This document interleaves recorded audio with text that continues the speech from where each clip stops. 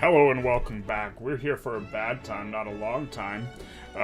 Hopefully the stream has started by now, because I'm unsure of the delay of when I click the button and when it actually starts. I should probably just take a nice close look at it after this stream.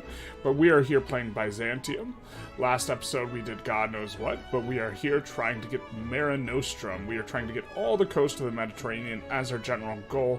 And I think this episode, what we will be doing after we deal with this native uprising, or not this episode, but what we will be doing next, I suppose, is going to be trying to fight Great Britain for two reasons. One, if we can snag, like, some of these provinces, we can really, facilitate our ability to get a lot of the Congo when they cannot. We just have, like, a free line, especially we're, like, researching malaria prevention now. And so, hey, Seth, how's it going? So we're, like, getting, we should have basically the entire South Africa to ourselves, which is really big nice. They were really slow in the colonization kit. Man, the Punjab run I'm recording right now, Great Britain was ungodly fast to get into, like, malaria prevention and just crush, which is big grim. Glory to the motherland, comrade. Hey, 1122, how's it going? Always a pleasure to see that you're still alive, given the situation of you being in Ukraine. But I think we'll take it on pause, just kind of go a little bit slow and steady. Big high pay Aussie, how's it going? And so, hey, let's cook. We also want to fight Great Britain for these, both Algeria and Morocco, as part of Mare Nostrum. We're probably going to have to puppet Egypt at some point. Generally, they defend the borders in terms of their attitude. They're not right now, though, which is always the ultimate tease because they always start later. We could also conquer Sinai or something like this. It's a bit tempting to try and protectorate them. We have a truce with them, and we could get 50, so we would only need 25. I mean, it's always tempting. In theory, we could protectorate people as Byzantium, even though we're in Daddy's market. And we are a protectorate, but in practice this is a bit hard to do. We could start some bankrolls here and there. I'm really not sure exactly what the best one is. The climate change in Kyiv is brutal too. Is it really... Climate change in what way? Malaria prevention has had, which is big nice for us. Is it really hot or cold in Kyiv? Or you mean just climate change? You're talking about climate, not temperature. Like something else. We're starting to finish some of these government administrations. Hopefully we have enough to put in the next level of colonial affairs. We also queued up a bunch of tech, kind of in the industrial section. And so we're not like ready to turn a corner, really. We're not super ready to turn a corner militarily regarding, like, fighting Daddy, but I think we will probably take a save and see if Daddy will help us, or this will happen. That's cool, too. But we want to try and see if Germany will help us against the UK. I think we can triple land the UK with what we have in terms of Navy. Maybe not. Sometimes need the quad landing. Really would like to get the construction up to around 3K or whatever. I guess we could... what is not on steel frame? Dobruja, Basara... all the newly acquired Ottoman territory, basically.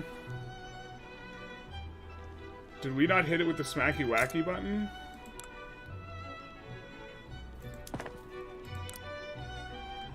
Or we just changed everything by hand and we forgot the construction centers. Got it.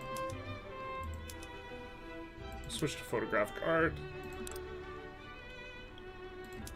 Steam-powered threshing machines is a pretty good labor-saving PM, but we kind of have a glut of labor, but we're still going to swap these over because it's a pretty effective PM. And then we're going to take a look at stuff. Love the color of Byzantium. Random question. When was the last time you jammed on the keyboard, jammed out on the keyboard behind you? That keyboard is a lie. I can't play the piano. It's been a long time. It's just like, that's the most convenient place to store it, but it's been a long time since I was trying to figure it out. It's been a...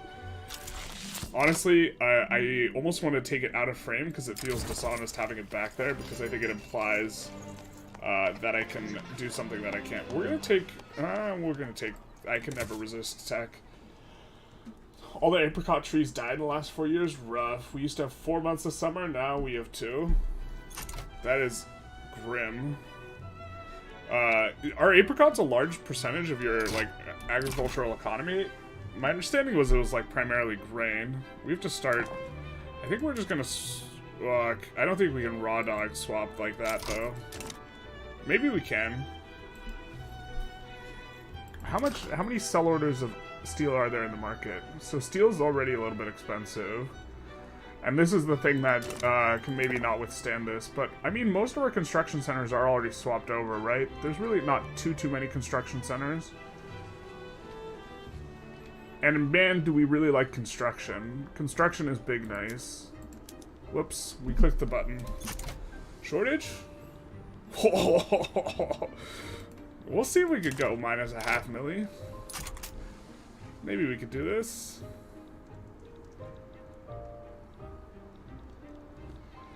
We'll see how that goes. Alright, and we get electrical generation unlocked. We will also be looking to... Let's find Thessaly. Yeah, we're gonna crank... These should be just employing up. They can't find employment. Do we not have free employment here? We have some peasants. We have really high migration attraction. Man, the issues that we are having in the Punjab run are, like, completely different than the issues we're having in this run. We'll look to just 51 this. Actually, no. I mean, we just don't have the employment. Let's find...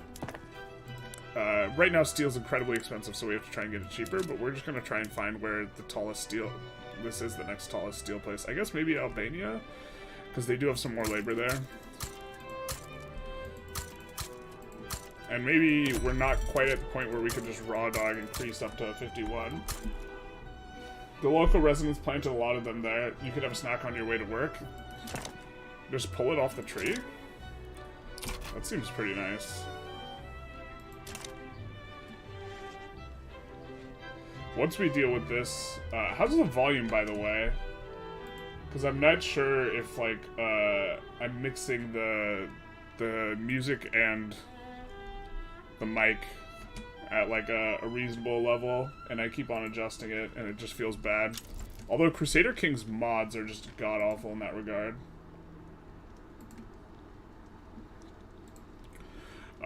With the Crusader King's mods, they go from being, like, super quiet to super loud, and I don't know what to do on my end to, like, kind of prevent that.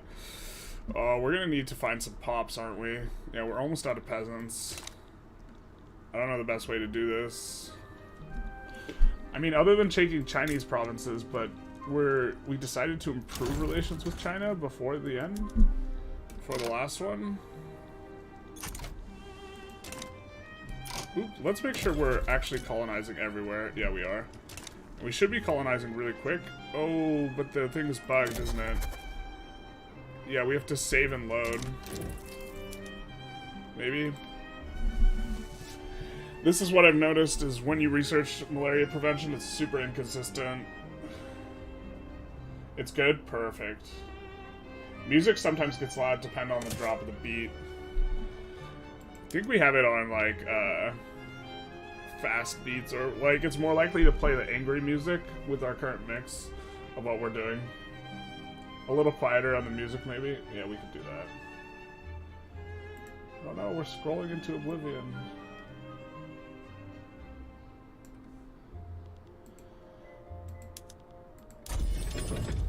The classic, your colonies don't reset unless you save and load.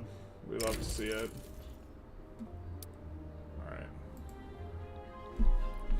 You have a movement for public schools. Wouldn't hate public schools, except with the trajectory of our SOL, it's actually probably not as good. Oh my god. I gotta get a back scratcher at some point. For the last, like, 5 years, it's gotten harder and harder to reach certain areas of my back. Just because my back has gotten a lot bigger.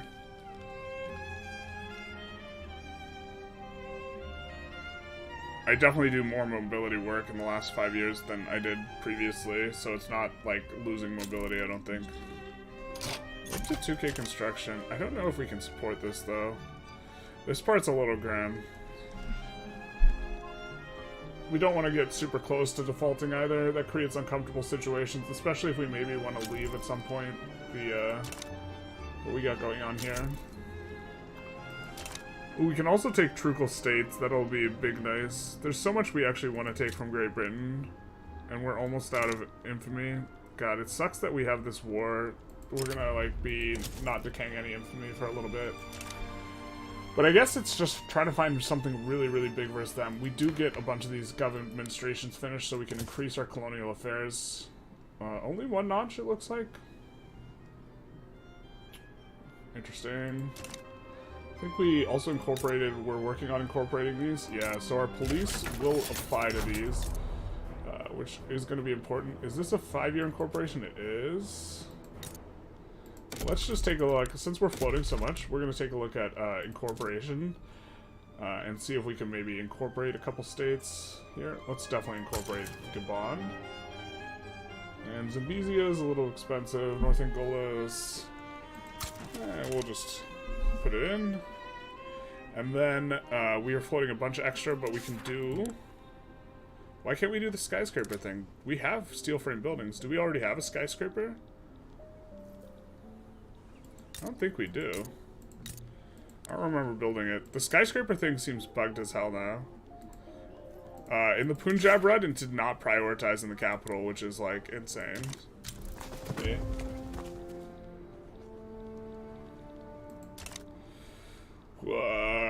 Does anyone think that the next fight shouldn't be against Great Britain? Because the goal is cutting them off here and here, maybe taking the Trucal States and Algeria and Morocco. Like, these are the things we need to fight them for.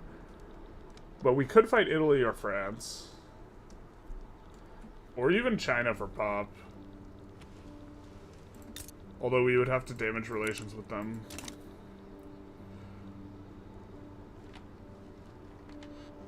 This is coming up quite nicely, though.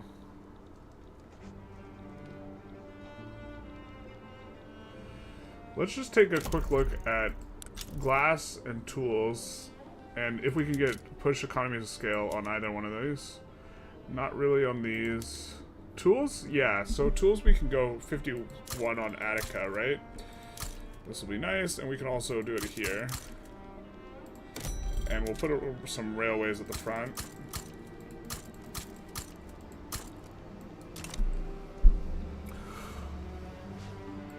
Also, I was going over my tutorials, and I was seeing that on some of my most popular tutorials, I actually talk a lot slower. And I've been meaning to run a poll if I should try and talk slower on some of my polls. Hi, Generalist. Will you do a video about how parties are formed and how does momentum work during elections? Thanks for the content. I might.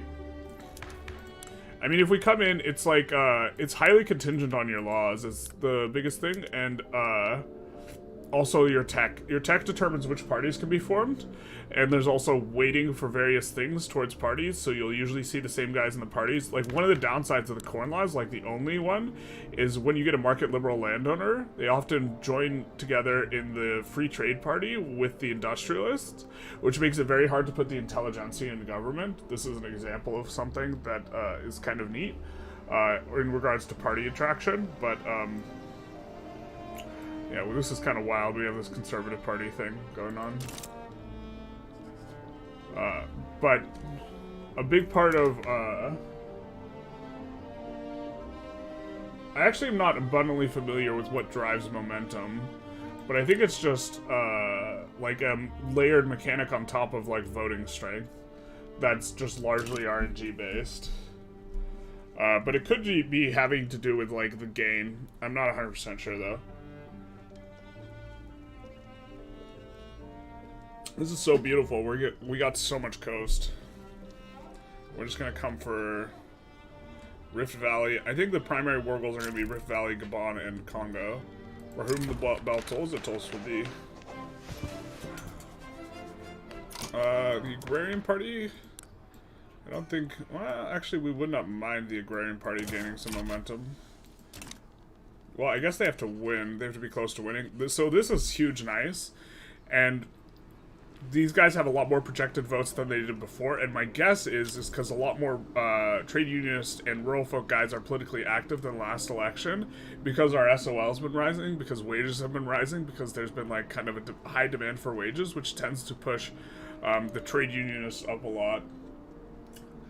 You watch the videos on 1.75 speed on all the tutorials. Man, I must talk real fast, because I can talk really fast if I want to, but it's not necessarily, like, ideal for conveying ideas, because you have to give people time to think through the ideas, and so I think that I might be making a mistake. Like, by far my best one also just has to do with early industrialization, right? And so I think that the topic is also just the most popular, and so I'm not sure whether it has to do with my cadence or that, or just kind of it's like whatever. But is there any point where you don't want the Intelligentsia and the Industrials working together? Yeah, super late game. Let's take a look here. So the investment pool runs this malus, this reinvestment malus, and is multiplied by 0.91 for us now. As this malus gets bigger and bigger and bigger, the Industrialists as a interest group get worse and worse and worse, and eventually you really would just prefer the trade unionists being powerful. And so, and here's the thing, the trade unionists can never be in the same party and be like legitimate with the industrialists for the most part. So at a certain point, you really want these two to like schism apart, and that way you can have the trade unionists and the intelligentsia together. Because the trade unionist bonuses are also the best bonuses. They give you manufacturing industry throughput and workforce ratio, and so yeah, at a certain point, you kind of like there's a little, you turn a corner where the industrialists are not very good anymore. Makes it more action-packed. Often the ruling party gets negative momentum even through their clout is popular. 1.75x is too fast, but 1.525. Here, let's save, because we're going to go after Great Britain. And we want to see, if Daddy will help us, we'll go after Great Britain, otherwise we won't. But 1.25 or 1.5, okay. Interesting. Because, like, yeah, I don't know. I've been thinking about that, if I need to try and slow down my speech and my explanations. So we are going to go for conquer states, and we're going to go for, like, a lot of this. Great Qing, we will side with the enemy. And so the question is, okay, we definitely have to declare in an area where our daddy has interest, right? So we can't go for Gabon, it looks like, as the primary war goal. Kenya, does he have an interest there? No, he doesn't. So probably North Africa then. So why don't we click on Algiers and go transfer subject. And Germany, we believe, will side with us. And notably now, Great Qing is kind of neutral-ish. That's kind of weird. What about transfer subject on Morocco instead? Morocco, I think, is a little bit more resource-rich.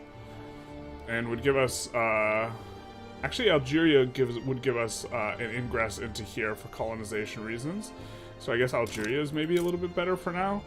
And we also want to take a bunch of other stuff. So whichever one probably gives less infamy, which is Algeria by far.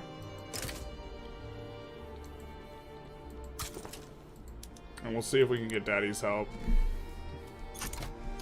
No, he might side. He might just all natural side with us. So we'll see how this war goal thing develops. But we will also try and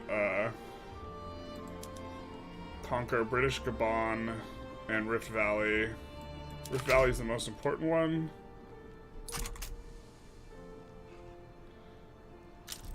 Now we won't be able to pull Germany to our side once this starts. We'll see what we can get, but this is probably a reload here. It feels very RNG based, since you either have to adopt something different to radical. Yeah.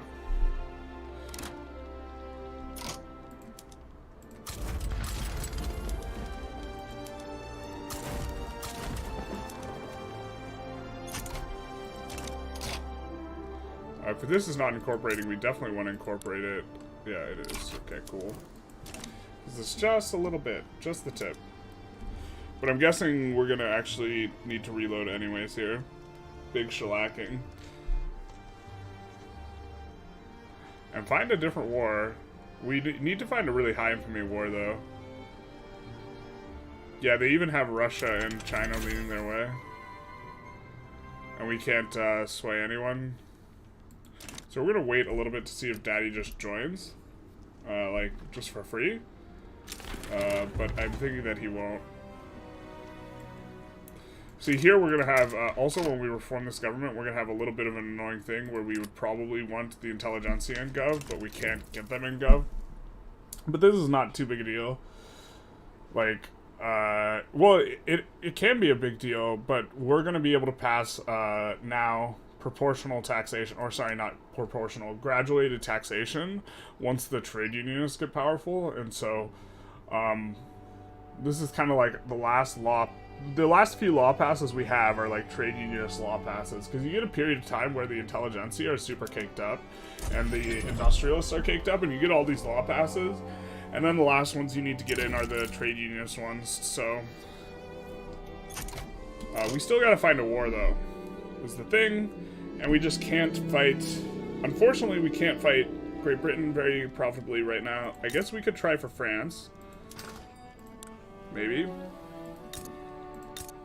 If we know how to click the buttons, yeah. But the big thing is we do need Daddy's help. We could take Algiers, which is going to be a ton of infamy, and we will need to take this eventually. And we'll be against a lot of this action. Why is Morocco in here? Weird.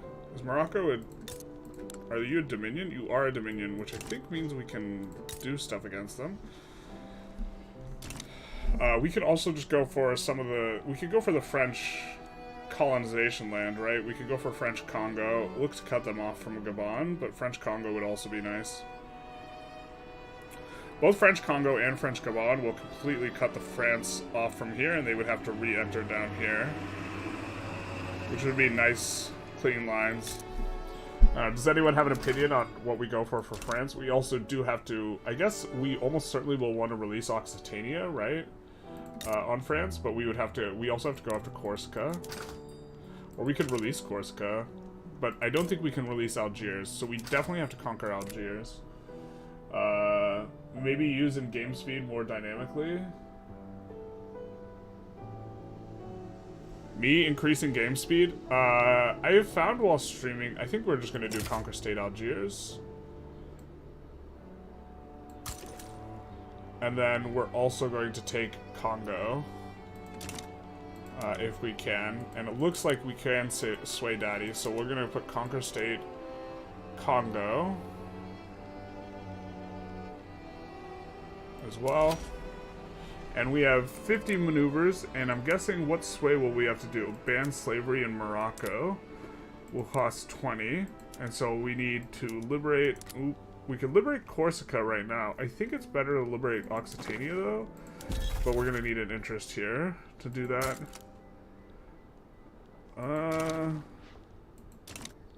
Oh man, we messed up. We needed to declare this interest earlier, I think.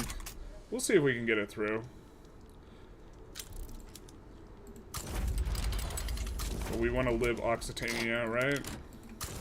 Or maybe we just want war reps and we can worry about that later. Or we could go for Genoa.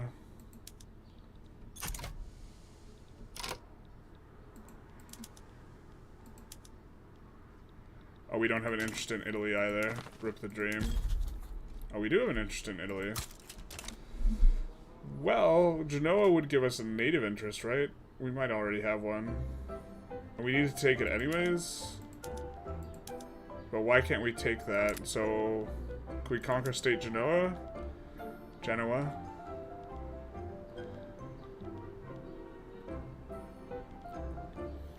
No. The interests come a lot faster now, which is big nice. Because we do need to get Daddy involved. Actually, we might not be in time for the Occitania. We're not going to be in time. So, if we want their help, I guess we just release Corsica, which is not, like... Actually, I think we will war reparations more. And we could liberate the Dutch East Indies, I guess. Or we could just take war reparations and something else.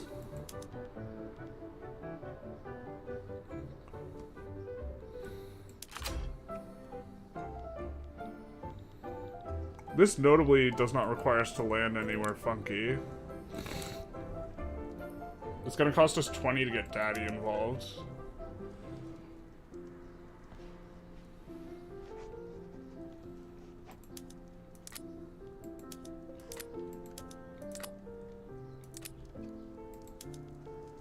So we can no longer do that. Maybe we just also take, we just greedy slurp up Gabon as well. I don't hate it. Daddy might not like our infamy, but...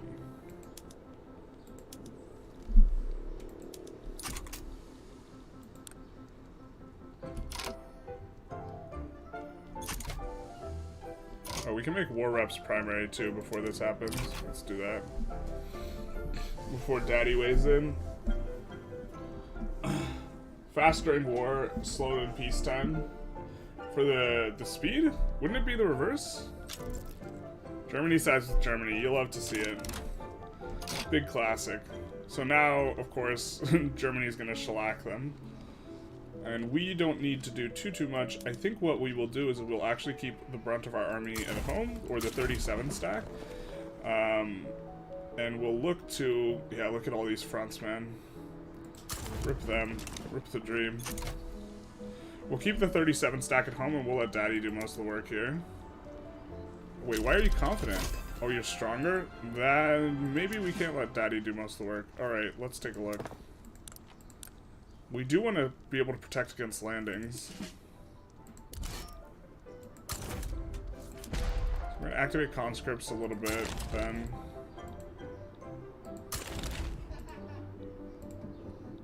I think we have conscription set up. If not, we're screwed. Okay, no, we do. We have some conscription set up. And we maybe want to develop a little bit of a bigger army, so let's take a look at our barracks, and we're just going to add to some of these. Especially the ones that are only 5. We're just going to up them. Cape Colony. I don't think we even want any there, right?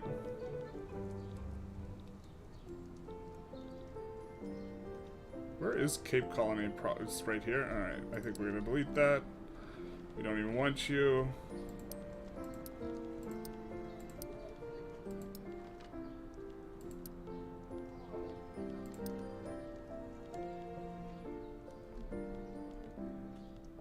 So we're going up to 120, so an extra 20%. Let's go up to 125, I guess. Or is that 135? Oh well. And then we will promote some of these boyos. Promote him.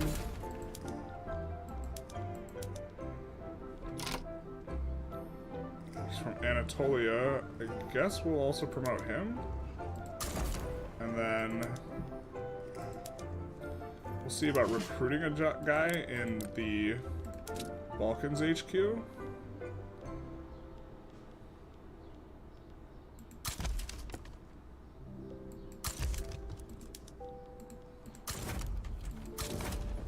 Look to put him here, I guess.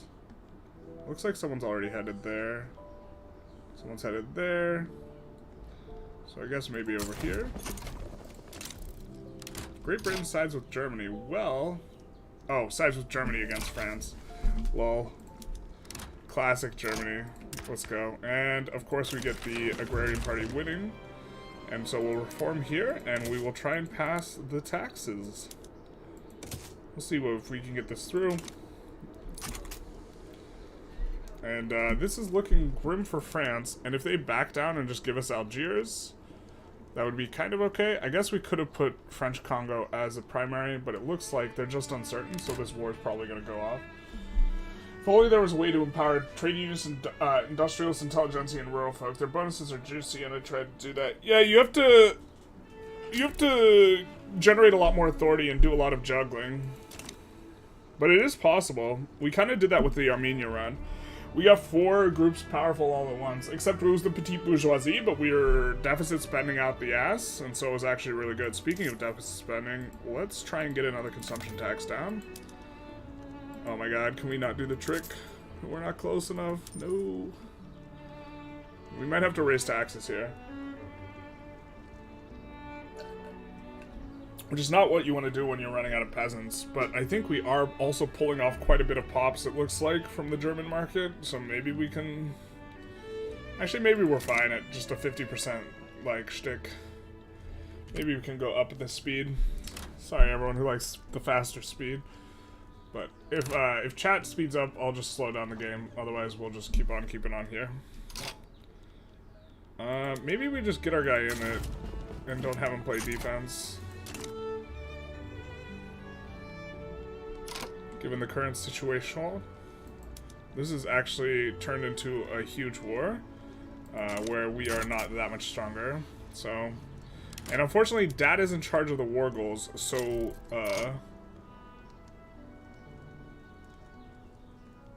you know, Russia sides with France, and that is grim. This is turned into a very bleak situation. Actually, we will need to use this guy to try and do this, and this is not what I was trying to start here.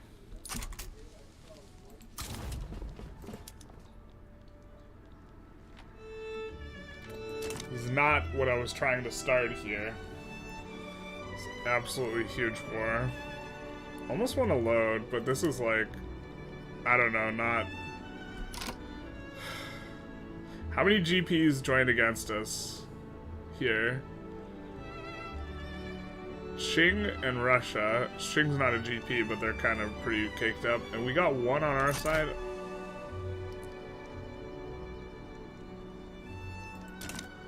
I'm not sure how this goes now. I guess it depends how much everyone wants to mobilize, right? Man, for being so caked up, Germany, you're not that caked up. Not all that in a bag of chips, you know what I mean? Still considering loading this, but... Oh, look at us just get wrecked on the first battle here. Jesus. And we don't even get our battle to, like, close this up. Yeah, this is, I think, gonna be a shellacking.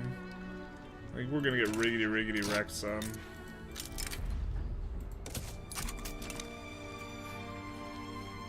I think we need to pull these guys back kind of quickly, but they are, this is one of the war goals, so taking it is pretty important. And AI is really bad about the Congo stuff.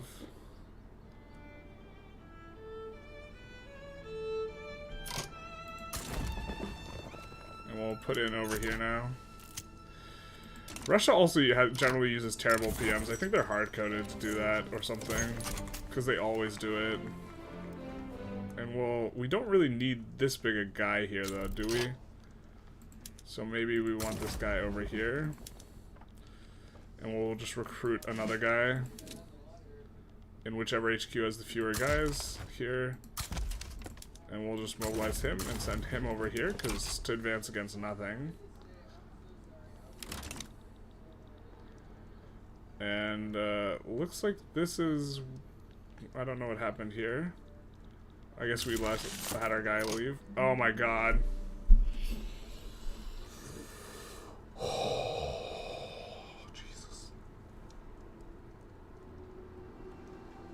So I think I was all for fighting this war under normal conditions. Well, I wasn't all for it, but I was willing to tolerate it. I don't think I'm willing to tolerate us getting revved and clapped. We also can't capitulate, notably. I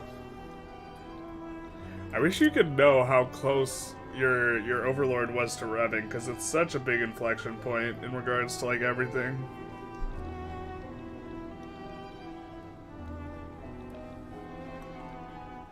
Huh. Okay, we're gonna load.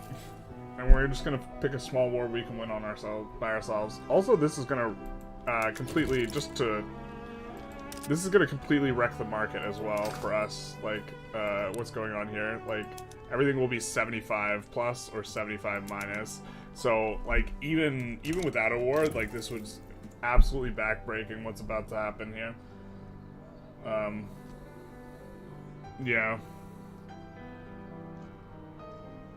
I wish there was a system by which you could tell if your overlord's about to rev. Because you can see if you're about to rev, and like this would dramatically, it would just add a lot of transparency to the game for something that's like a problem. I mean, maybe we have a truce with Egypt, but dominioning Egypt would actually be decent. Unfortunately, you can't like truce break, but let's just see how long the truce is. 92, just a couple years, so we do have to find something else. We have to find something else that we can just win on our own self. We can't fight Spain because we have good relations, so let's start damaging. I think we have a truce with Portugal. Could just go after Congo, except nope. Except we can't. Can't go after Jabal Shamar. Russia's got a good attitude towards us. I mean, I guess it might just be kind of the relatively benign dominioning Siak here.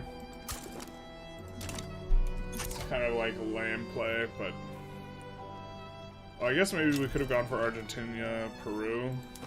This is actually a pretty good one, but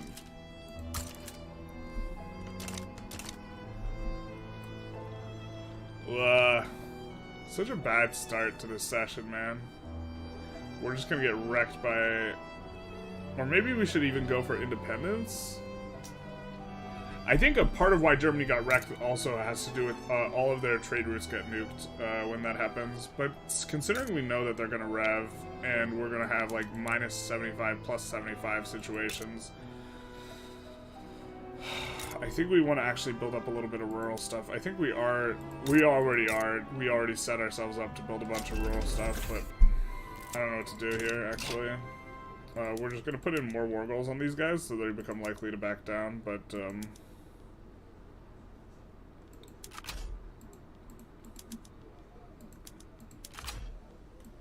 or we just get more stuff, I guess.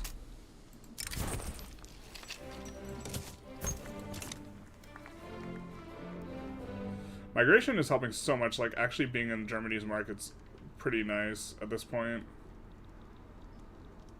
Maybe we should have tried to figure out a way to go for, I don't know. Grim.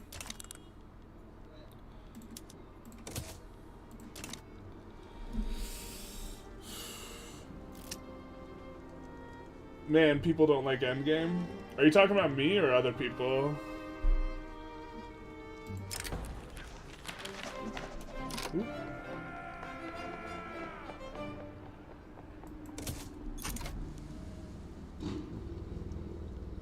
I don't mind the Mega World Wars, it's just like the Rev.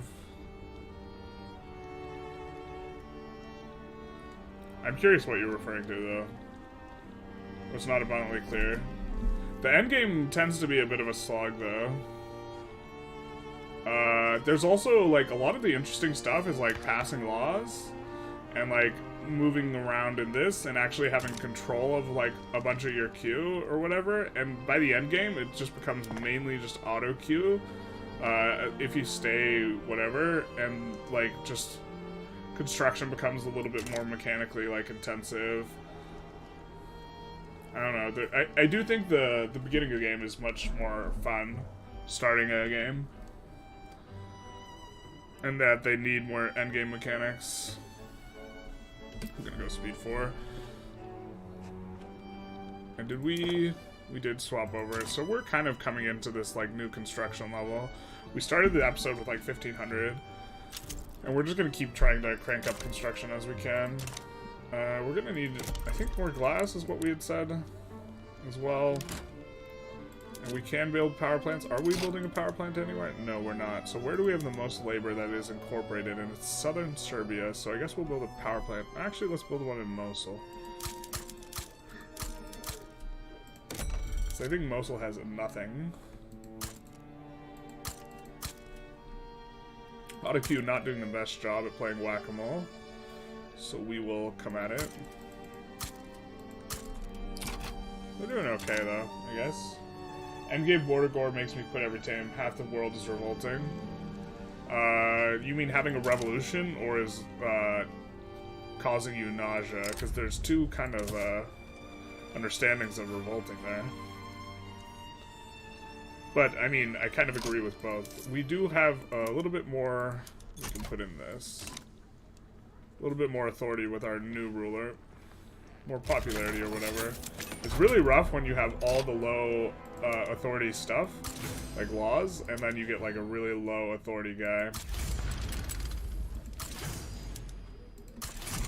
But I do think late game's like a weakness. I'm okay with it, though. Like, I think people would rather see this run continued. Maybe all in on Miltech and Total War for us. I think we still got a little bit more to do. I think I want to push these, and then we'll switch to, like, all Miltech. We probably won't actively research another society tech here. But we're also not strong enough. Like, we're not capped into being a minor power. We just are a minor power, right? We're the strongest minor power, but we're just a minor power still.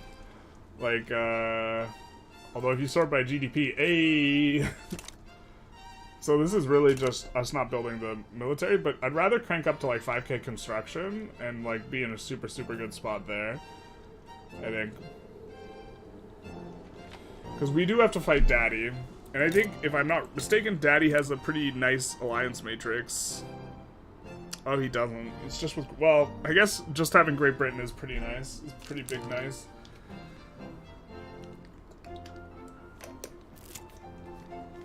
Dangerous equipment, you're telling me.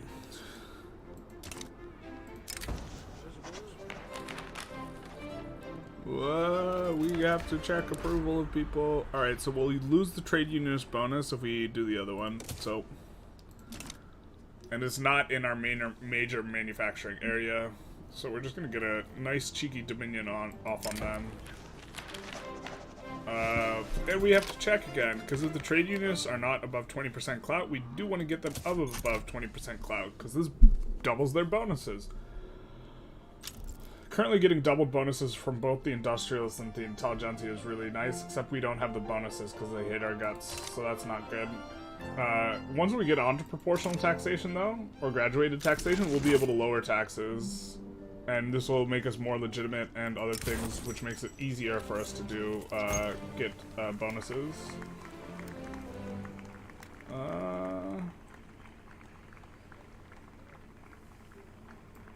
Western Thrace? Why Western Thrace? Western Thrace is not the capital. Why is it in Western Thrace? It's not even the capital of, like, Byzantium. It doesn't make sense. The capital's here. There's been some weird events that are normally happening in your capital, and now they just seem to happen wherever. And I am not a fan of it. If the Metropolitan Railway event triggers in, like, Deir el-Zor, I'm gonna freaking flip my head. Do you actually need production or society tech? Probably not. I mean, we're not... Our GDP is not bigger, but we can outmaneuver. But I like just having a bigger stick. And we can't afford a bigger stick yet. Doesn't being a protectorate cap you to a minor power? I don't think so. I think it caps you to being one tier below your overlord. So I believe we can become a major power. But what's nice about being a minor power is we get a lot less infamy when we declare wars. So, for example, if we want to dominion these guys, we'll accrue 36 infamy because we are... Or it doesn't modify at all being minor, but you get cheaper if you are smaller, and you have to pay more if you're major. So it would be 10% more infamy if we were major, and it would be 20% more if we were GP.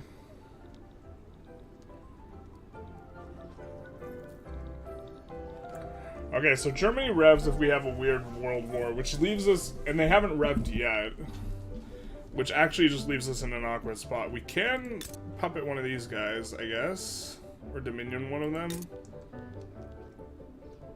I think I like puppeting Chile, but... Well, Chile is almost done with what it has in terms of colonization, so maybe we could Dominion Chile. Do it. Puppet Chile. Or fight Great Britain. I think I said both. The thing is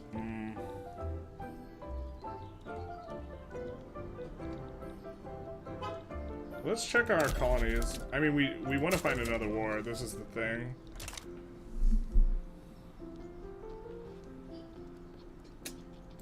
I mean, we really wish this truce was up. Let's make sure we damage relations. Although it's so tempting to try and protectorate them, but I don't think that's gonna work. Also, if we dominion them, people can't go after Sinai, which is gonna be an annoying one. Fighting France would also be... Fighting France is how we triggered the World War, so let's not do that, because that appears like it will rev Germany. Could try and get out from under Germany. Puppet Egypt, we can't for another year. I suppose we could wait, but we have to... I don't want to be on 0 infamy decay. We were planning on puppeting Egypt, though, but I guess we could Dominion Chile in the meantime. This is a decent one. Could also Dominion these guys. It's starting to get to be a lot of infamy. But we can siphon off pops from them later. Although they can siphon off pops from us. They're generally pretty good at that as well. Could also annex El Salvador. That's really not going to generate enough infamy. The thing is, we're trying to do this Mare Nostrum, right?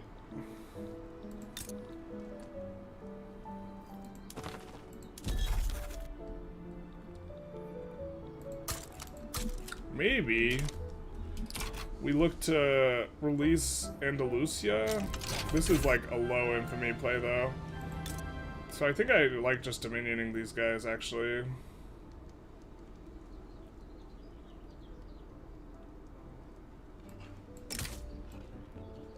It's gonna be fine. You're a big boy now.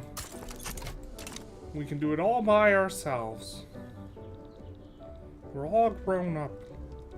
I mean, our money is like cranking up pretty hard as all of these start to incorporate, because we did like relatively, like, not all these are incorporated fully, and so ooh, that's a good one to just spike. We're just gonna get a nice little bip in our construction. That's gonna be big nice.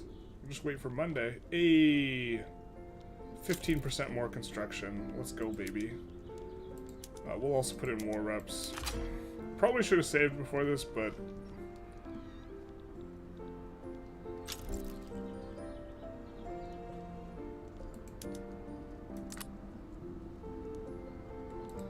oh well. I'm pretty sure, not that we would want to, but I'm pretty sure one of the claims we can revoke is, yeah, these two claims, which would which would allow anyone to colonize these, which isn't what we want to do, but we could do it.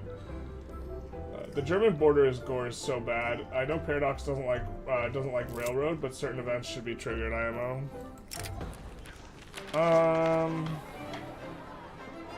Oh, this is gonna be uncomfortable. I don't know what you're talking about with German border gore. This is this dad bod of a Germany. This is what peak country looks like. You might not like it, but it is what it is. We're gonna have to endure some significant pain while passing graduated taxation here. We might even have to increase taxes to kind of, yeah, we're gonna increase tax level to kind of offset this for now. That German border gore is so bad. I don't know what you're talking about. Peak German experience here. I think they will fix that with like a Germany flavor update though. Like, I don't think that's there to stay. You know what I mean? We're just gonna not double land. That way we can try and make sure stuff kind of happens smoothly. We're gonna get rid of some of these South African soldiers, which I think are here in Cape Colony, if I'm not mistaken. Let's see. Ooh, we don't want a naval base there either. Let's take a look if we can do anything in terms of resetting PMs. Yeah, okay. And Thessaly is different, but we probably want it to be different. It's probably using labor-saving PMs, would be my guess. We can take a closer look, though. Yeah, rotary valve is there, which I don't think we're doing anywhere else.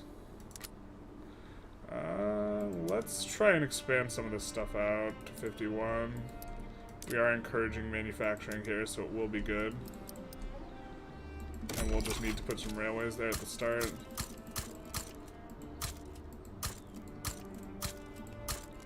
Looks like the auto queue is not very good at keeping up with our railroad needs, which is a bit unfortunate. That is actually my favorite thing about the automatic construction queue, is that it handles railroads pretty well. Don't take land away from your homeland. You're going to get convoy raided. Just take Egypt. Don't take land away from your homeland. You're just going to get convoy raided. I mean, we already... I got some bad news for you. We got this, and we got this. We're gonna get convoy raided no matter what. But if we can get through here, if we could actually connect the Congo, right? And then just give that up, I guess. I don't know.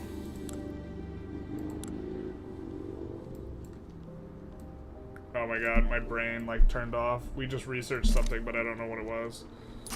Alright, we gotta do detective work. Was it these? Probably not.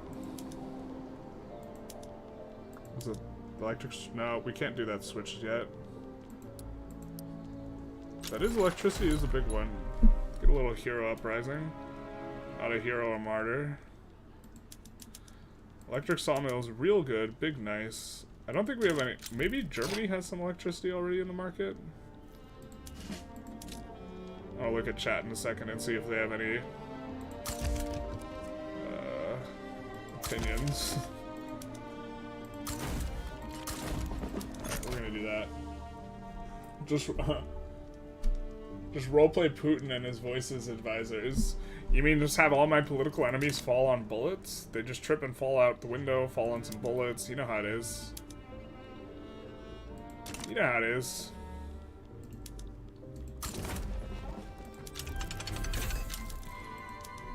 Ironclad is a big one. We're gonna see if we have gantry cranes. Did we not get a front? Tragic. We're getting one, right? Yeah, okay. This front always splits, and it's like actually pretty annoying to like fight through into this. Now let's take a look. We have both. Ayo, let's go. Let's go time, baby. Let's go ironclads.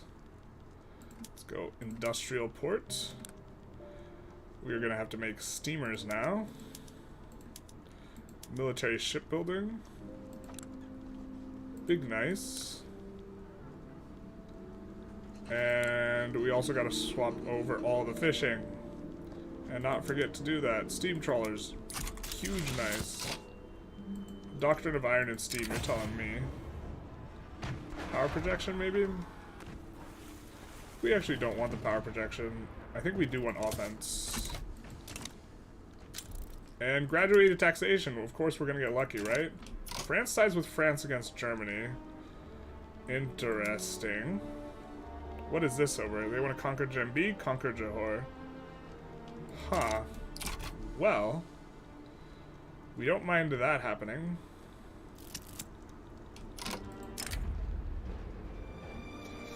Of course, we have to look and see, are we close to getting approval? No, but we're close to getting powerful with the trade unions, which we do want. And ba-boom, when they get powerful, it doubles these bonuses. I really think it should be a sliding scale, though.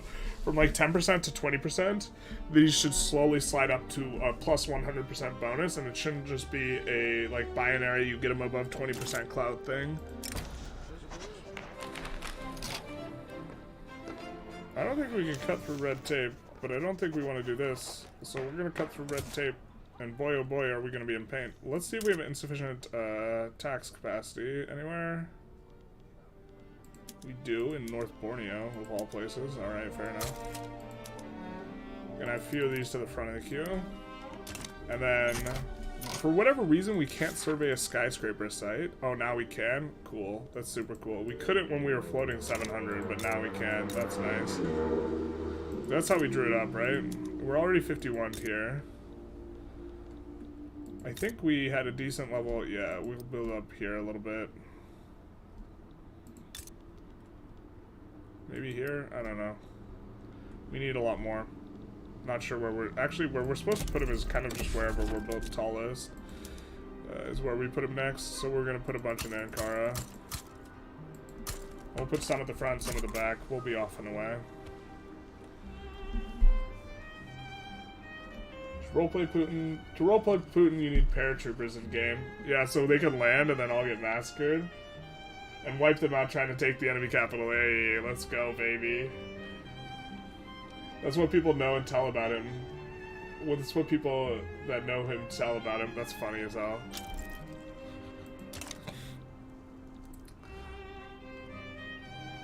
I mean, I think he managed to surround himself with a bunch of yes men, and then he suffered the consequences of having a bunch of yes men surrounding him. Yeah, sure, you can take Ukraine in 3 days. No problem. And then he didn't take it in 3 days, and suddenly all of his advisors started falling on bullets and falling out windows. It's crazy how much, you know, your equilibrium sense of balance is affected by a poorly constructed special military operation. It's very wild. Yeah. I don't think we're gonna count this as stuff we need to take also for Mare Nostrum. We're gonna count just Mediterranean, not Black Sea. But we are decaying here. We're going to be pretty low, and then we're going to go and Dominion Egypt, which is going to be big nice, because we will get the Canal through here eventually. TM. Maybe we should just 51 this Bizzle, because we can, like, we have a ton of stuff we can do with it. So yeah, let's just put that in the back of the queue. This is 41, 51. Yeah, to roleplay Putin... I don't even know how I would do that. I mean, generally speaking, games get played pretty imperialistically, and that's, like, not what I would do if I was in charge of a real country where real people are dying because of my imperialism. Hey, Time Dog, how's it going? Based? Are you talking about people falling on bullets? That's pretty based. They fall really fast, too. It's wild. Who knew? Open Hearth process, big nice.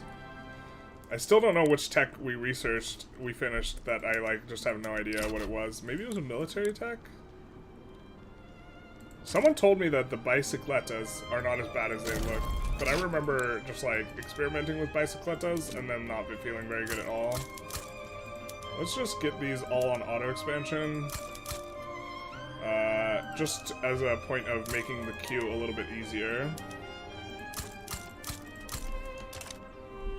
So we get Chile, and now it's time to go for... Wait, what? We need more negative relations with them. We can declare a war where they have an interest in order to do this. Blah. Big sad, man. Not sure what we're supposed to do here, then. God. This has just been a run of, like, what war should I declare, and they all, like, none of them are exactly right. Just, like, nothing hits the spot. There's, like, a Goldilocks war, and we're not having it. We are having our eco getting juiced up pretty good, though. Where's our Goldilocks war? Are we really just gonna go for Etche? That's so miserable. I think Congo would be much better, but they've been improving relations with us, such that they are just stuck at 25 for eternity, and we would have to eat 10 infamy to expel their diplomats to do anything about this. Do we maybe fight Portugal again? We have a rivalry, but we also have a truce, it appears. We want the Mosque of Gine. We want the Mosque of Gine. Daddy's a little busy, so I don't think we want to declare a war that's going to use Daddy. Wallachia is actually, like, a good province. I think it's wild we can be rivaling them. Like, look at this. This is a fair matchup, right? Wallachia, Byzantium, Wallachia. Seems reasonable. I think we might even start bankrolling some of these boyos to, like, customs union them. I mean, we could... Macron's always a decent one as well. Maybe we should just, like, vassalize Macron. We could also just wait, right? We do have a little bit of infamy, but it's just a little bit. But how close are we? We're so far away. we need them to be mad at us. I think they might have... Ooh, maybe annexing Tripolitania and Tunis would make them mad? Because I think they have a North African interest, right? The voice is advised to vassalize Egypt. Yeah, the problem is so we can't right now because we have positive relations with them. So we can't vassalize them. We would want to dominion them anyways because 36, but like we also can't declare war on like Darfur or something. So I was looking like, so if we can declare war in any place that Egypt has an interest in the strategic region, we can get our we can pull down, you know, our what is it? We can make them upset. I guess we could just declare war in Ethiopia to kind of push things along in that direction. But I think maybe we are only neutral with Spain. Okay, so let's declare rivalry with Spain first off, and I think we're going to try and release what is it? Release the releasable from Spain. That'll be nice. Okay, so that's gonna be our war. We do have to accrue some infamy from them, so.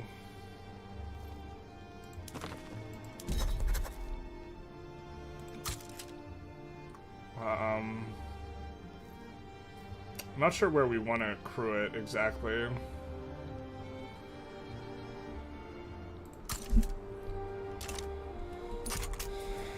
But Spain is fine.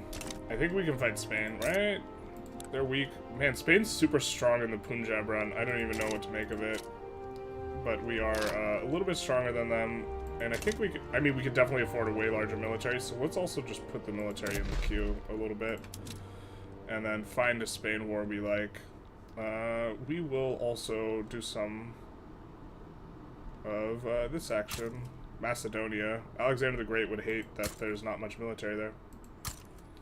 We're just going to add in a few spots. Something like this. It's at the back of the queue. Let's kick it to the front.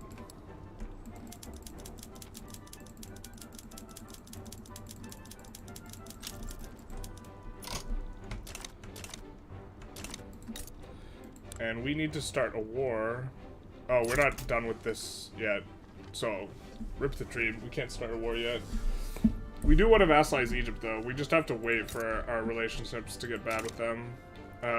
Eventually, we can declare war on France for this, which will damage relations a little bit. One of the problems also is these guys are increasing relations at the same time, which is like just a really annoying thing. It's a very annoying play pattern where you can never get negative relations without expelling diplomats if someone decides they want to improve relations with you. Which is why when you declare an interest in South Africa, it's critical that both Transvaal and Orange, you like hurt relations with these guys. Alright, we're gonna go after Egypt for something. It doesn't really matter what.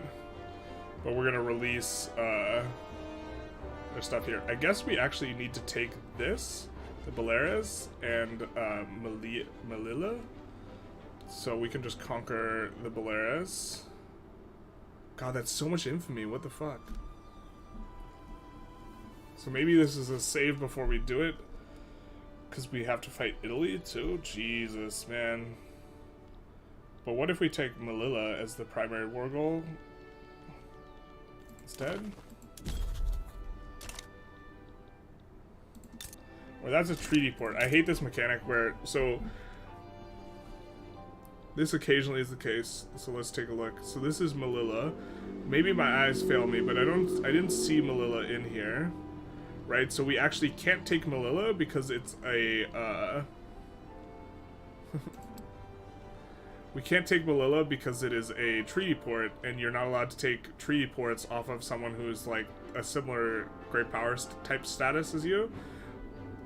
Why can't we take treaty port? Because they're major power. Why can't we conquer state Melilla? Target state is a treaty port. So we actually cannot put in a war goal on Melilla, which is like super asinine. I mean, we could just ban slavery, and then, but Italy's gonna join no matter what, so maybe we go after Baleares, because I don't think we can release Baleares, and we're gonna need to conquer it. So we just go conquer state Baleares. Did we save?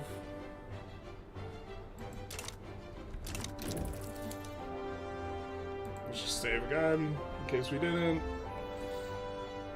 In case we can't get Daddy to help us out. I don't think we can fight both Italy and Spain. We could just fight Italy by themselves. Yeah, you wish you would make this more clear, the plays, Diplo play stuff? Yeah, this is the only Paradox game I've ever played not on Iron Man, basically. Alright, so we have that conquer state, and then we will also put in liberate Andalusia, which I think is all of this. And then we can try and sway Germany. We'll also make liberate probably primary and try and sway Germany. And then we also want to take Melilla, but now, I believe now we can conquer state Melilla. We just can't put it in as our primary goal. No, we actually just can't take that. That's so asinine, man. Is that really just the case? We just can't take this? We need to be able to take this. God, that's stupid as hell. There's just no way to take it. That's super not cool, bro. Ooh, we also get Portugal in on this, though. Didn't realize that was a thing. So, we're actually going to put in on some of these Portuguese ones. Some little of our littler guys. I don't think we take any Portuguese states because we already have a decent chunk of infamy here, but I think instead we just make Andalusia, make it primary, put in war reps, and then invite Daddy. Return state, return Lujon.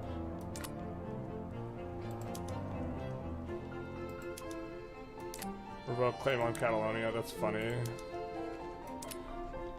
I think we might just have him humiliate though, but yeah, maybe we just don't need to get too fancy with this. We'll just see what else we could liberate. Nothing really. Transfer, I don't think we want to do this. We could transfer Cuba. But I think we want to, we've already taken up a ton of infamy. I don't think we want this type of stuff. I think we just want war reps from Spain. And we want to make this primary, and then we want to invite him and offer a humiliation of Spain, and then make this primary because we have extra.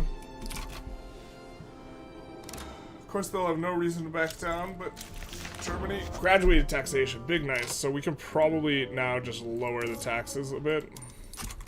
Usually it adjusts up for a second, and then it adjusts down. Germany is swayed. Yay, big happy. Which also gives us a front, which is kind of nice. And we will recruit admirals and generals as needed. Which is needed. He's pretty caked up, my guy. Germany sides with Germany. I freaking love that that's how it gets put in. Alright, and then we're expecting Italy to join. Italy does join. We'll put this guy on the Italian front.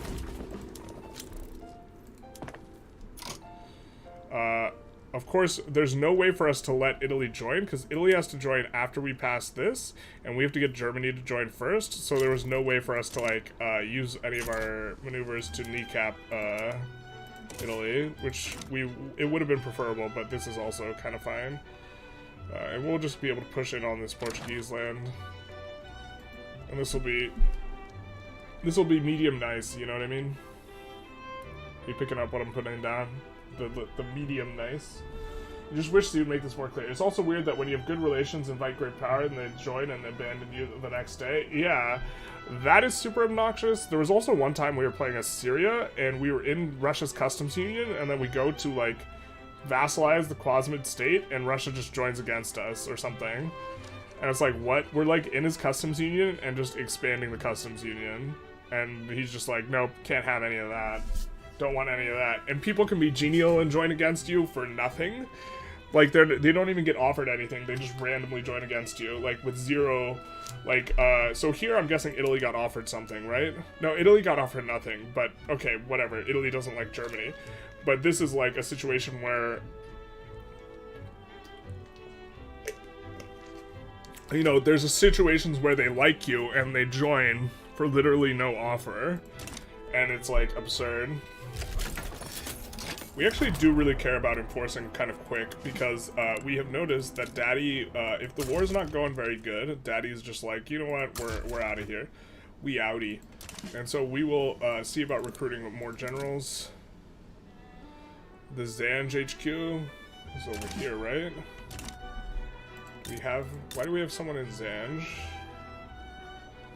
Alright, we gotta delete that guy. We gotta track that guy down. Where is he? The one guy.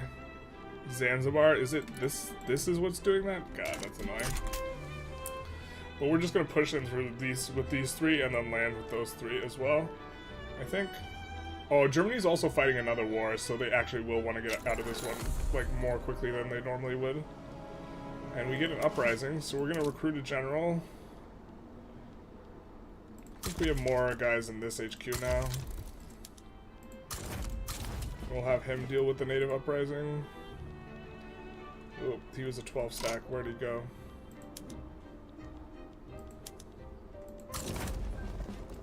There we go. But this will also be really nice. We should get decent traction into Spain here. Although it looks like he's abandoning his France front. We kind of don't want that. But, okay. It is what it is. Or is it? So this guy's almost done. We're going to use this 12 stack. We're going to use whatever other stack frees up for like doing a double or triple landing. On Spain, specifically. Just because we want to get enforcement on them. So we're going to use this guy and this guy after they finish. It's going to be pretty nice. Ooh, we're not using all of our construction. Big pain. Let's fix that.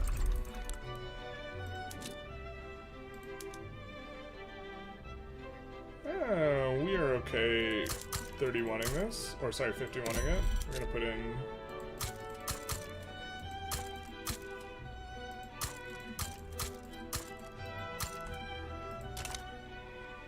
and then industry, we'll find steel is not very profitable. Not very profitable. Engines are pretty good, and engines do not have a 51 place, so we'll 51 there. Northern Thrace. Well, this is so close to 51, so we'll just do that. It's the game of chasing 51s. So we'll put in on Konya a bunch of things as well. Alright.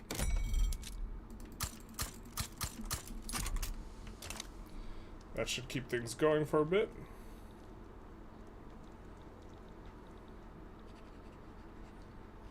Oh, it looks like Germany's... Oh, they got two fronts there? Yikes.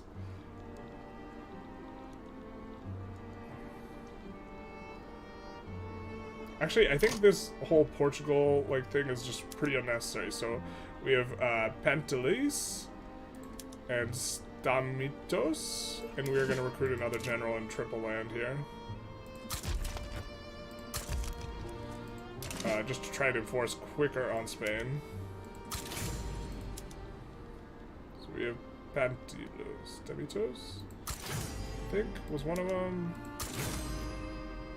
Pantilis is in a battle.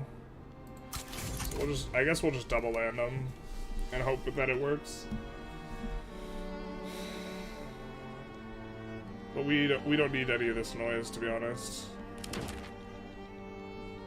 Yeah, this guy's involved in a battle.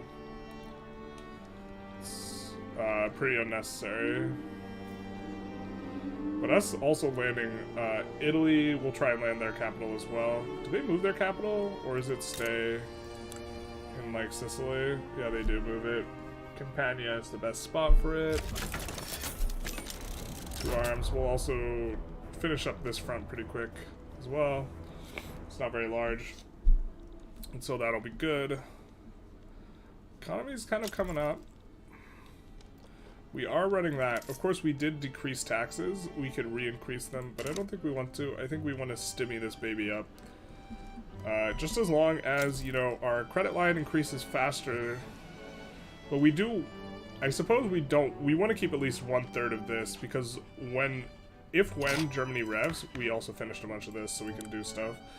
When Germany revs, we're going to be in a world of pain, because... And so we're going to have a little bit of buffer. We don't need a huge buffer, but we need something.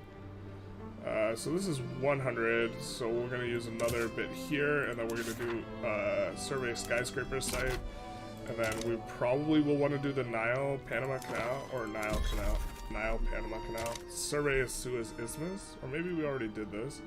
We get in here though, that's big nice. Big nice. So one of our landings just gets wrecked by their navy, and the other one just gets in for free because the navy's already tied up and they can't split. Which is the abuse. That is the exploit.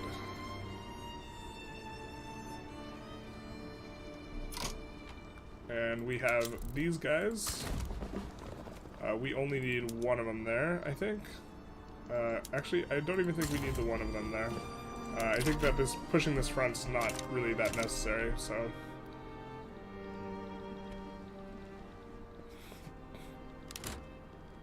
Oop, looks like some weird business is happening. We will want to try and land, once we finish this, which is probably unnecessary, we'll just have this guy deal with it. This over here. He doesn't need to push the troops here. Currently engaged in battle, you don't say. Alright, we will also double check here. We can establish any colonies, and we can. I think we need to, if we haven't already, designate that as the strategic... Oh, nope, Toledo's the capital. We just always move the capital when we played Spain, so... Just gotta make that the objective. Looks like Germany decided peace, so now they're refocusing, so... We should be able to get all of our war goals. It looks like Germany is not super... Maybe they're not super into this war, though. So we'll see what happens. Italy is really not super into this war. They're just getting riggedy wrecked. So Italy, we should be getting Italian... Or did we not put in Italian? No, we couldn't put in Italian war reps because they helped later. Yeah, so there's nothing on Italy. Portugal's out. Did our guy get unassigned from the front? Of course he did. This guy's standing by in Italy. This guy returning to the Balkans. We want him here instead. The classic unassigned. I guess maybe we'll assign this guy here. And now, everyone should be going over to this front, and we should just be wrecking them, and they should be capitulating relatively soon. What are we running? Which one's most productive? Because we're importing to Daddy's Market. We'll just do these 0 convoy routes. Also from Persia, I guess. Actually, let's take a look at everything in regards to trade, because we are floating a ton of excess bureaucracy. So let's first get rid of some unproductive trade routes that aren't affecting the market in the way we like this one. And we don't mind these too much, but these ones are particularly unproductive, so we'll get rid of them, and we would not mind that route coming back. Okay, so let's go to import routes, and we're going to import all the arable, like, rural good type stuff, and look to affect Daddy's Market. We're going to also try and generally avoid using too many convoys. They are adjacent to the French market, so this will use no convoys up for the first several levels. In fabric, kind of the same thing. Hopefully that doesn't hurt the convoys too much. Same with the Italian market here. We cannot find a single productive one for grain. Perfect. Can we do... I'm sure we can't do liquor.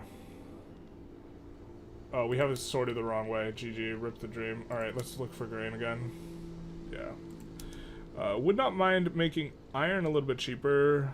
Why don't we import it from Bavaria and Moldova? Do not want to use all these convoys is the thing, but maybe we just are floating so much convoys we are fine with this. It's not the most productive though, so we'll let Daddy figure that out. And also, we don't mind like pushing iron mines ourselves. Sure, let's do this. And then these are really productive, so we'll do them. And sugar, Lahia, which should bring down the size of this one. We'll also do Congo and this. Tea, let's import it. Tobacco, import. Wine. I think our people are obsessed with wine, or some of our people are obsessed with wine, and then the other ones have it as a taboo, so this is kind of a weird situation. We'll import this from Russia. And then for export, we will look to export some finished goods. We'll take a look. Clothes, we'll send them to the Italians. Furniture, we will send them to the Persians. Perfect. We will send this stuff out. This is notably super productive, so we'll send out on these. And we'll send out on these. And we will send out on porcelain. Ooh, porcelain's not that productive. These would get a ton out, though. And Hanover can consume a little bit. And Italy a little bit. Do not mind exporting sulfur. Can't do it very profitably. Do not mind sending these out to Mexico and Italy. And Russia. It is an input, but this should make all of our buildings way more profitable. And again, we are floating this huge authority. Or not authority, we're floating all this, and that's like one of the inputs for all this stuff, and we are trying to make ourselves less rurally oriented, generally speaking, although we're kind of okay, we're a little bit okay with it after researching both pump jacks, improved fertilizer, and mutual funds. Francisco, hi, which were the war goals? The war goals are releasing Andalusia and, more importantly, taking Baleares, because the overall goal for the run is going to be Mare Nostrum, like conquering the entire coast. And so we will tick bye.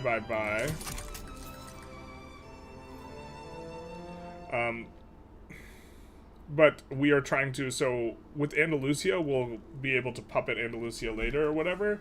And then, unfortunately, we cannot, it was impossible for us to take Melilla, which is really annoying situation because they are the same power rank as us. We cannot conquer state them because this is a treaty port, and we can't take the treaty port because they are a power rank like equal to us. And so it's just this like asinine like situation where we would have actually wanted to take this, but we couldn't. Oh no! I thought Andalusia also released Valencia. Well, this is no good. We will try and protectorate these guys though. And then puppet them later. So we're going to actually bankroll. This is going to be our first bankroll. We're so excited.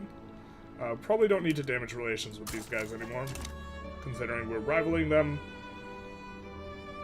But yeah, we will try and get Andalusia as well. I guess we will have to fight them for Valencia. We'll use our handy dandy smacky wacky button though to reset the PMs here. And we will probably incorporate that. Yeah, let's do it. YOLO. And we will look to delete the naval bases entirely. And so that will be, I mean, it's just like a little bit of kind of nothing. Rock says, my friend plays Victoria 3 a lot and is a huge tanky communist. He says this game proves that communism is the best for people's standard of living. This game is like, that's a ridiculous argument because the game doesn't like, it models economies however you want it to. And so, like, if you want it to model an economy for, like, proving that communism is best, then it does that. Also, it notably doesn't demonstrate that, like, a command economy communism is best, but rather, you know, a council republic type, which this unlocks, what is it called? It unlocks cooperative ownership, where you can have cooperative ownership under like capitalistic structures rather than communist structures where you have like market controls.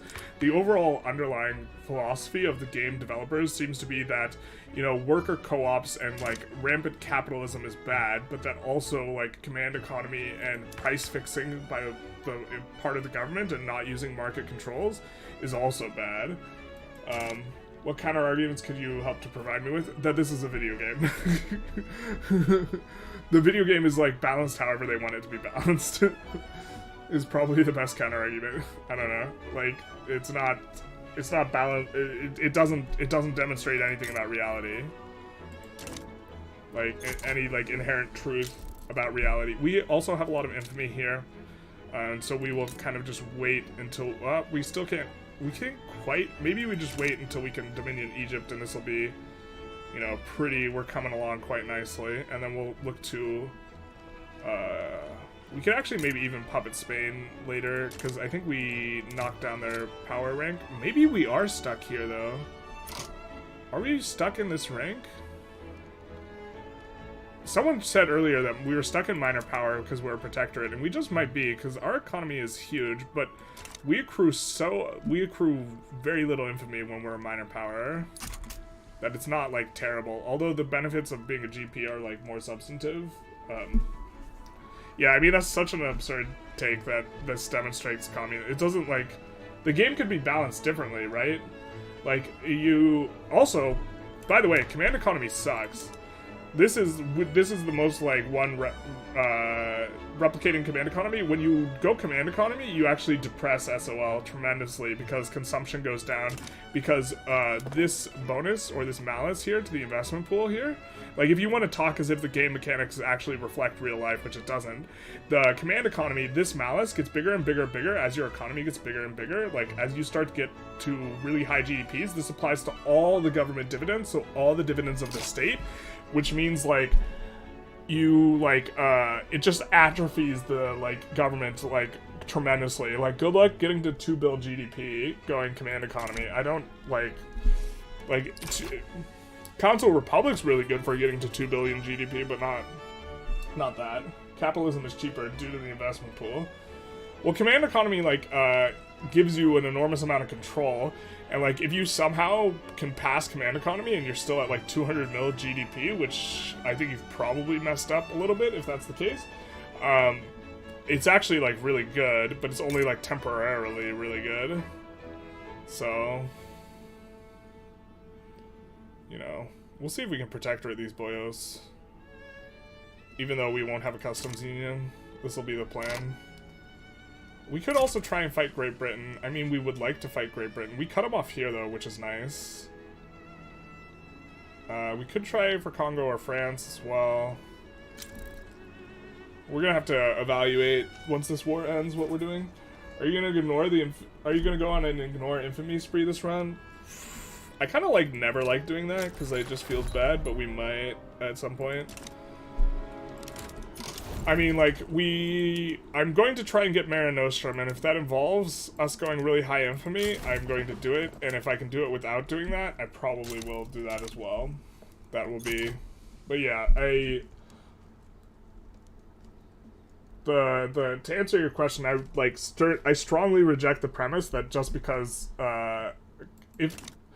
I reject the premise that whatever game system or economy is best in the game is reflective of what's best in real life, which is like the starting premise of that entire argument. And then even if you accept the argument, it's not the case. The command economy blows, and Council Republic is good. Is what's good. Council Republic's like real good though, but it still uses like to like. What Council Republic is, what cooperative ownership is like simulating is not like what a command economy is. It's not directly communism. It's just lack of. It's not the state owning it. It's the people owning it. That's what a co-op is. So like if I have a co-op farm with 100 other people, we share all the profits of the farm and we all collectively work on the farm. But then like there are, you know. The price of the crops are determined through market forces, not like a top-down communism where the government determines the prices of everything. We gotta put stuff in our construction queue. I'm getting distracted. I'm getting heated. I think we're going to just look and see which ones have like really high potential. We're just gonna expand iron a lot. Iron's really good. Bosnia, son. You ever been to Bosnia? You ever been up in that shit? That was a reference probably no one got.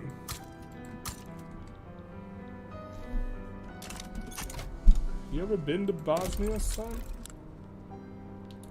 We are eventually going to want to get out of their market. I assume when we get out of their market, we're going to get a big shellacking by a lot of these things. I think we incorporated these guys pretty heavy on the turmoil. No turmoil here, so we're going to expand these out a whole bunch. Oop, we clicked the wrong thing. I actually really hate these icons. I might install a mod to remove them.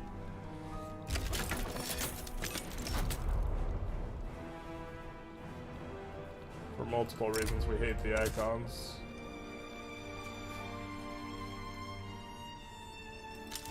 Someone was asking me if we were going to turn a corner and do full military. I think that's the plan after plastics, to be honest.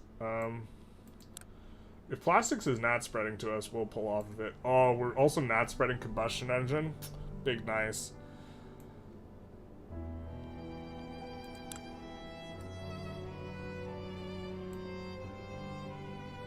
I mean, maybe we just at least pushed for trench works and then look to get something done there. And we'll ahead of time do trench works, but it actually kind of feels bad because electrical capacitors and electric railways are so incredibly good, but it's maybe like unnecessary, as they pointed out. Oh my god, my freaking brain, dude. This is your brain on Victoria 3. It can't remember what freaking thing you got. We're going to turn Scopia into automobile production, and then we're going to turn all of our guys on to autos. But we're going to do bike messengers first, so we clear the thing.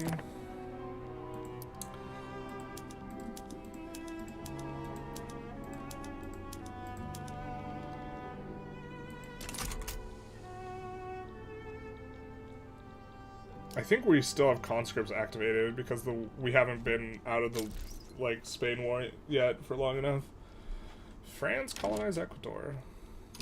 Burma wants an alliance. I don't think so, dude.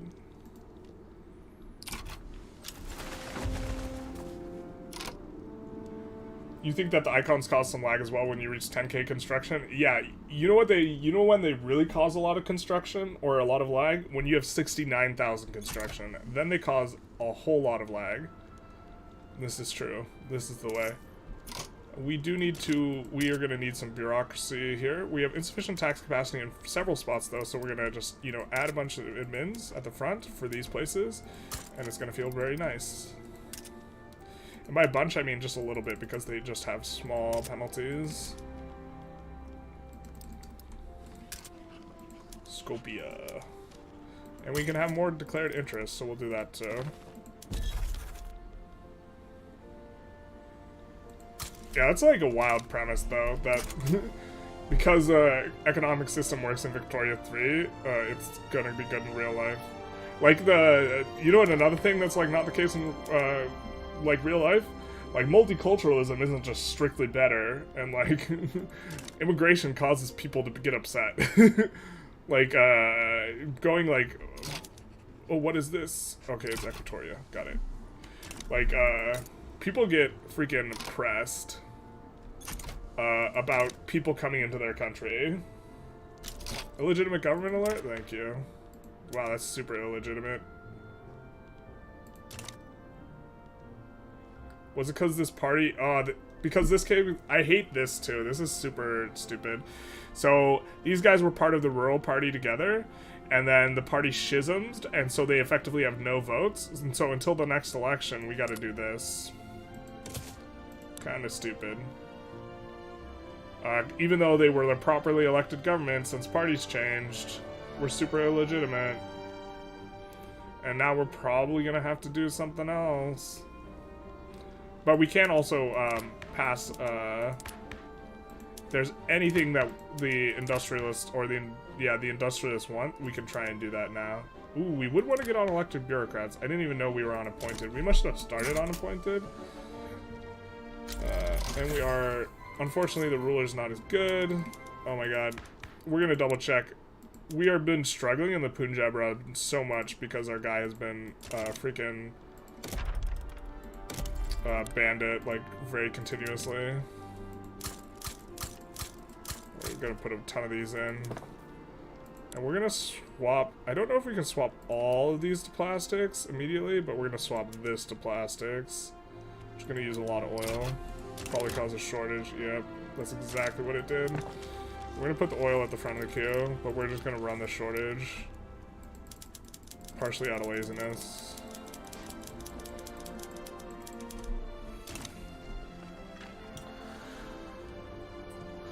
Well, in some way, if you throw off the morella, is that the morality aspect? The problem is it was very good when most of Western countries was industrial and required a lot of resources from colonies.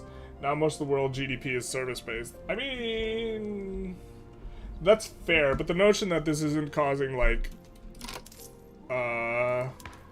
so I'm actually pro-freedom of movement in terms of, like, politics. I'm not suggesting this is in line with my politics, but I also recognize that when you allow anyone into your country, the people who view it as their country get pissed, right? And it also, as an effect of the, like, multiculturalism and migration in the game, it actually drives down labor, so people make less money, which is what you want from, like, a macro perspective. You want a ton of labor, so the labor's cheap, so you get bigger profit margins on your buildings.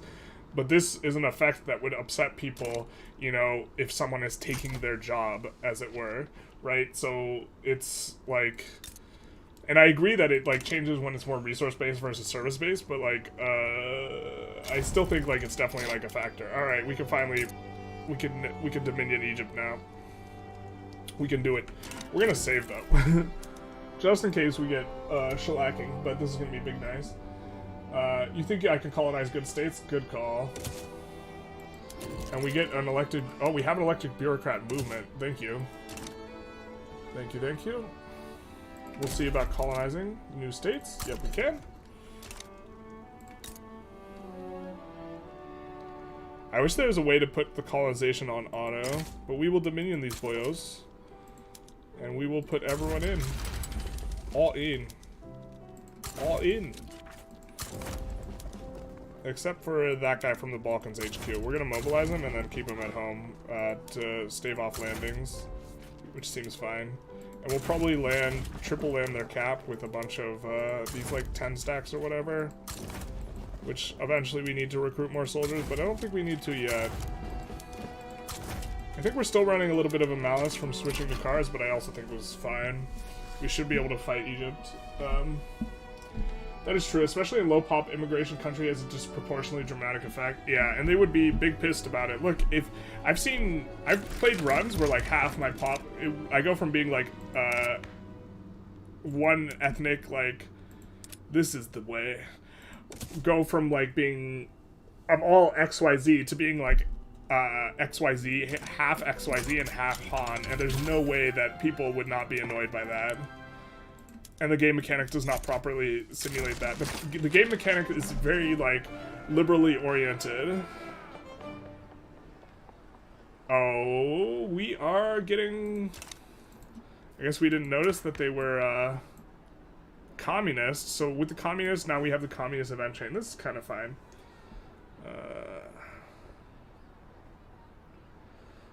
Protect labor rights. We would like regulatory bodies, but we... Do we want more pop attraction? Yeah, we want these guys to get more powerful as well, so we'll just do this. And then we'll look to pass this regulatory body manually, especially because we're not kind of in a spot yet to do it. And the skyscraper survey is going to finish, and then we'll be in good shape. Actually, we should have just done it because the skyscraper survey is almost done, but whatever. There will be no way to properly pay pensions. That's another one, but, like, your pensions will also make less money because you're making less money, and, like, it's... You also generally, like, don't run a bunch of social programs either, like, in this game. And so, like, if you're just taking care of everyone, it wouldn't be as big a I don't know. Like, the cultural differences stopped being such an issue after a couple generations, though. Yeah, but the game only runs a couple generations. I'm also, just for the record, I'm, like, pro-freedom of movement. I think governments, like, I live in the United States. I think that this status quo should be, freedom of movement, and that the government should have to explain why it's not allowing people to move freely, in order to not allow people to move freely. This is, like, my general position. Because I'm just, like, philosophically relatively libertarian looking, although I agree a lot with a lot of regulation, but I think people should be allowed to move where they want. But I recognize that it causes problems, like, in the real world. Like, freedom causes problems in various ways. Like, if you look at, like, the Philippines, or, not the Philippines, Singapore, which is, like, over here or something, Singapore has, like, an absolute enormous GDP, or not GDP, but, like, GDP per capita, and, like, they've had a huge come up, but they're incredibly repressive and authoritarian, but they also have incredibly low corruption, and you can actually really get rid of corruption very easily if you're highly authoritarian and you restrict freedoms. But I just don't think it's worth it. But it's like, to act like it's not, there are trade-offs for things. It's like, freedom is not, like, strictly better, but it is just better. It's, like, kind of my estimation. But, like, multiculturalism in-game just feels, like, strictly better. You can tell the game was made by upper middle class Swedes. That is exactly, yes, that is exactly it. You could definitely 100% tell that the game was made by who made the game. And the game is made by, like, people, the economics of the game, the underlying philosophy is made by someone who has an economics degree and has, like, an interest in video games or whatever. And, like, I think it's Paul is the name of the guy who's the, like, kind of the lead of, like, the economic, like, philosophy stuff, but you can tell, like, you know, fan of liberalism, but thinks that capitalism is, like, unbridled capitalism is bad, and, like, this type of stuff, and, like, it's... Ooh, look at that. Look at that. Where are our institutions? Crank them up, boys. Yeah, I mean... We're actually going to increase law enforcement a little bit, and not Social Security, but now we want to pass regulatory bodies, which is going to be big nice. The game requires you to be imperialistic, though. Yeah, it does. It does. I mean, it definitely is, like, it also, like, is informed by, like, the historical realities of, like, what happened in the Congo, right? And, like, all this stuff. I just, in terms of, like, looking at what economic systems look best, like, laissez-faire is also super good. Like, agrarianism sucks, like, really hard. But then, like, co-op ownership is, like, way better late game. I also don't have, like, a suggestion regarding... We can afford this for now.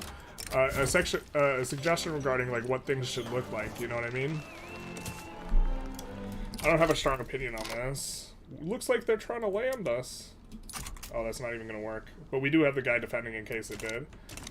This is the way. If they're gonna have trouble getting landings anyways, we might as well just move this guy over.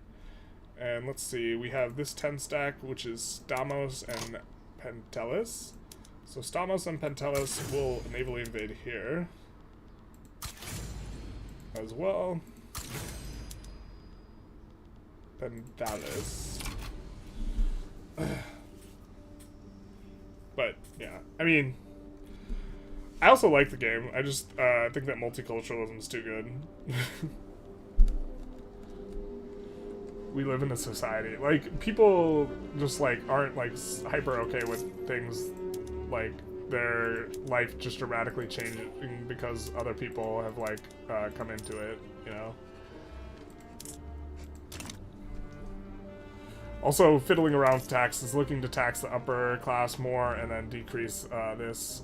We have a bunch of people who are obsessed with tea, and we'd rather people consume less tea, so...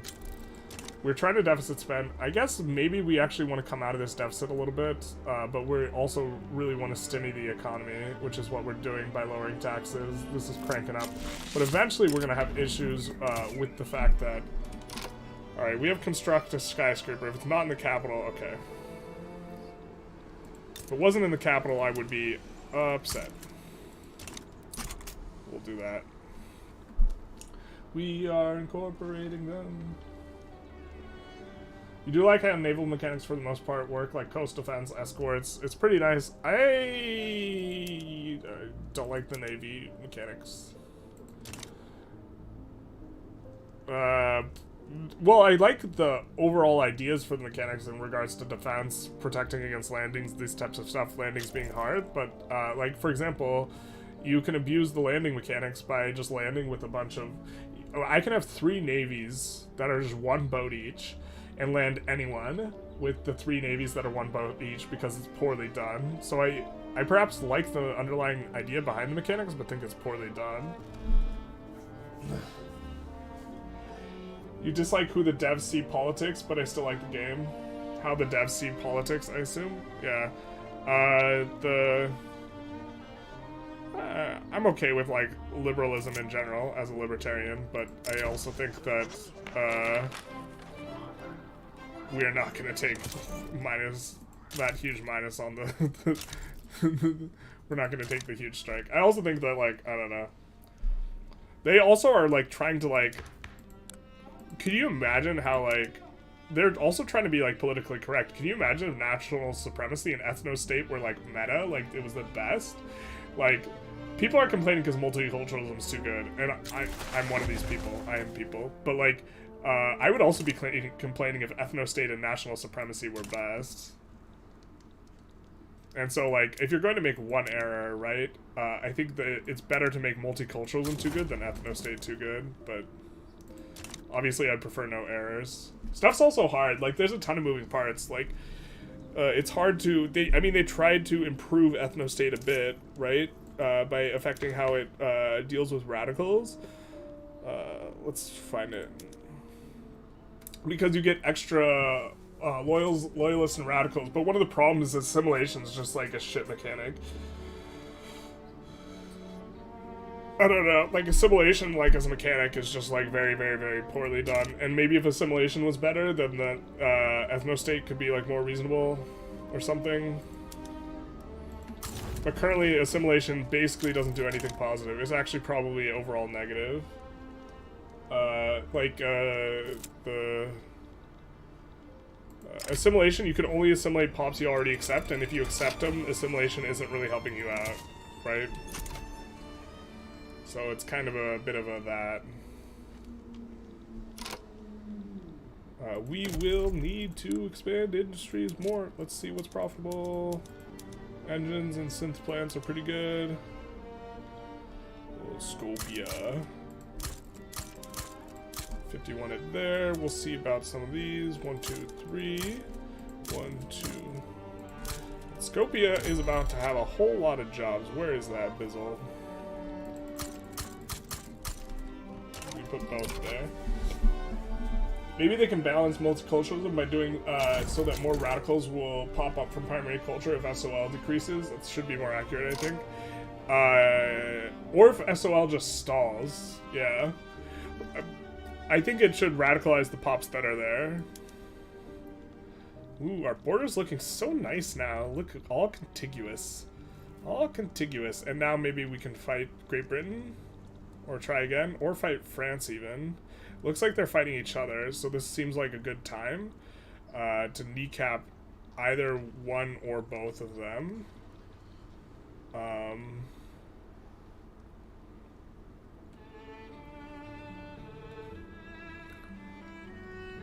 So, also if we could take British Equatoria, we could stop this thing, even if Rift Valley is not expensive. We're going to take a save and we're going to try and figure out what we can do.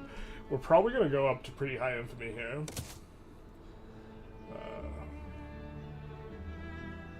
They probably just need turmoil-related mechanics with that law category. They do have it, but like they aren't substantive enough. Like it's just too easy to like get people happy. And like, but like, so for example, this does affect radicals, which affects turmoil. Yeah, they didn't model race because some players will try and commit genocide. Yep, bad press. Great Britain first, yeah. Oh, Great Britain first for the war. I kind of agree. Great Britain's better. Let's see if we can take Rift Valley.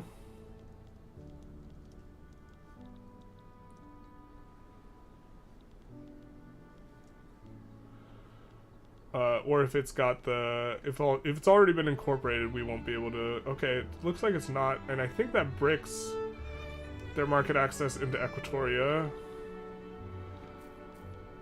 Do we have access to Rift Valley, though? Yeah, we do. Okay, so Rift Valley is probably the primary war goal. We already saved. And then we probably need to go after Equator and this to cut them off over there as well. We could also go for Equatoria, which cuts them off like more at the source. Maybe this is better. And eventually...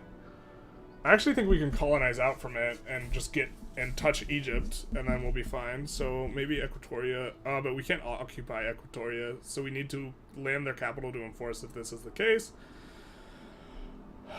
Oh no, we can. We can. So we can do that, and then we can do this and this.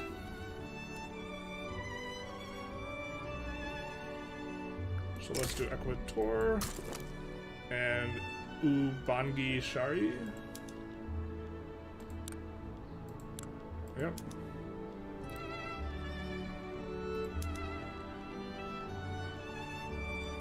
And also Equatoria.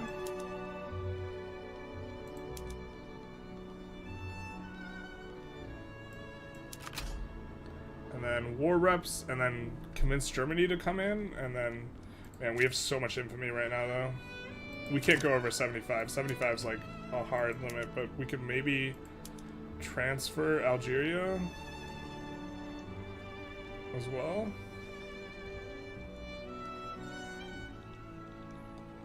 God, we are actually never getting Andalusia in the market for forever time. But this is, I think these are good ones. Maybe we just chill out. We'll be in hyper chill mode maybe. Or maybe we like red eyes.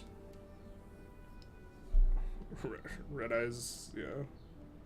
Maybe it's red eyes time. I actually think, low-key, think Germany won't help us at this point, to be honest. They want to conquer Mysore. I mean, we don't care if they conquer Mysore. We'd rather have that than obligation, because then we can't annex our subjects, so sure. And we will put a bunch of 10 stacks in on a bunch of these fronts.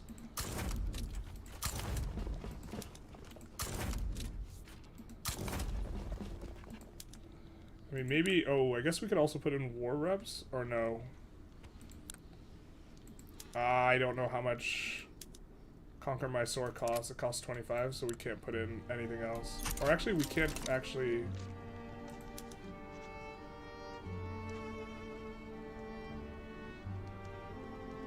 Can we sway them?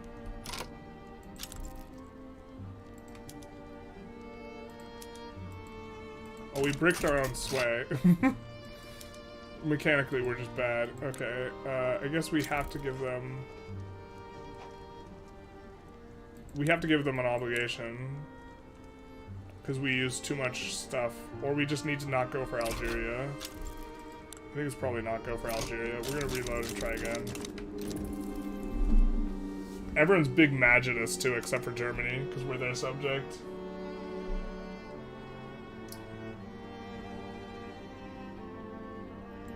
Alright, I gotta catch up on chat. Great Britain first. It certainly seems accidental, but the conversion seems much better than assimilation. Yes, since it affects the unaccepted pops. Exactly. And some of the taboos, yeah, are bad enough that you don't want them. Exactly. For the colonies, They need to make model market crashes too. Yeah, they need to do that as well. I don't know. I can't think of an easy way to do that though, is like one thing. I guess we'll just take Equator. Wait, what? Why can't we declare war? We need to unpause. Okay, there we go. So we just can't go for the other one first. So Equator. Equatoria.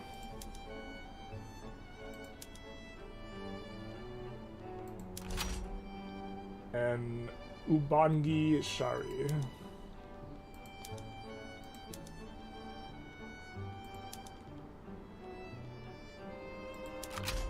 And then we put in war reparations as well.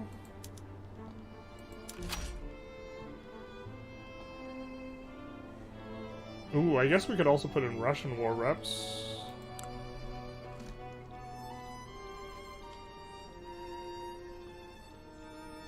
Although, you know what? We can do this fight so that Russia doesn't get involved if we declare on Algeria instead.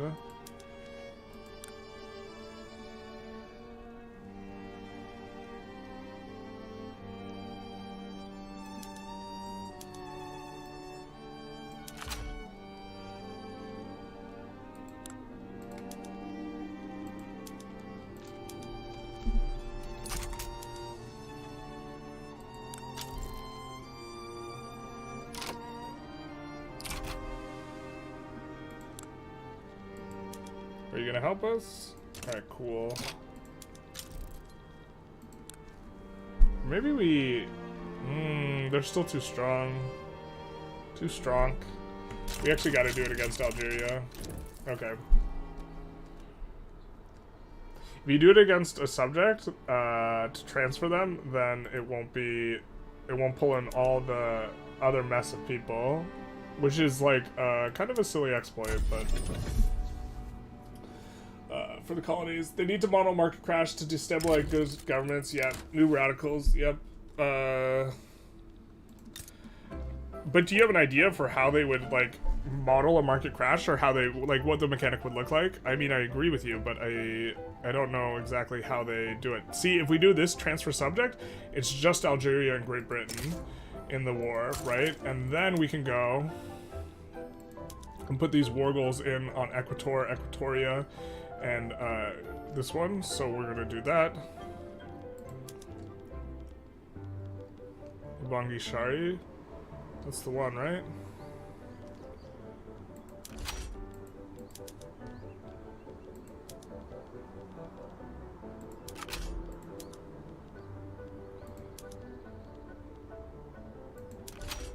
And then we want war reps and then sway.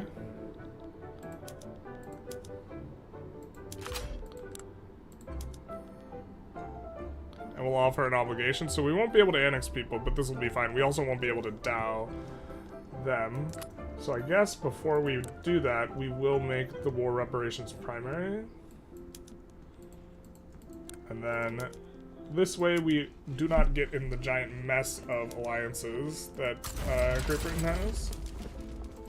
It's also silly that we can do it like this. We just declare, like, who we declare war on, like, really matters in this way.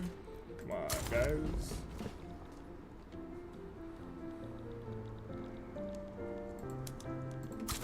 But it does. And then we'll be able to triple land their cap. Can we even quad land? Do we have another navy? No, we don't. Triple land should be fine if they get involved elsewhere. Oh, do we actually have a front with up here? No, we don't have a front with Algeria. But we will mobilize all as well. And then activate some conscripts as well. Not everywhere, but just in a few spots. Then we'll catch up with chat. Hey, you just finished your Algeria achievement and got the achievement? Very nice. I was thinking of doing a... It looks like the run's gonna be way harder. Oh, and then Great... Oh, this is so interesting. So when Germany joins, Great Britain gets to summon in everyone then, I guess. Yikes. Okay. Big yikes. This might not be a winnable war then. We will probably have to recruit a whole bunch of guys, but I think that this might not be a war we want to fight until we have trench. If that's the case. Because I don't think Daddy can help us with all this. Yeah, I think Daddy doesn't know about all this. And I think I don't know about all this either. Interesting. I mean, it's like so hard to fight them, but well, it's hard to fight them when we're weak, which is maybe this should be the case anyways.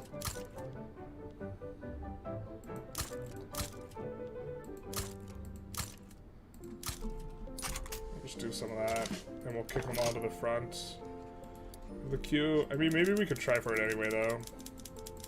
The problem is we're not in charge of the war, and so Germany will like puss out early. It's like one big problem because we're not in charge of this.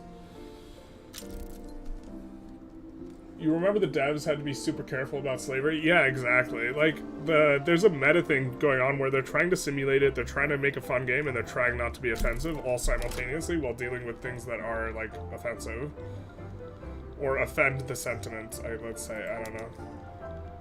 I mean, if these guys don't mobilize fully, it looks like they're not super mobilized, but I think we just need to load the game and try and find a different fight, and maybe fight France instead.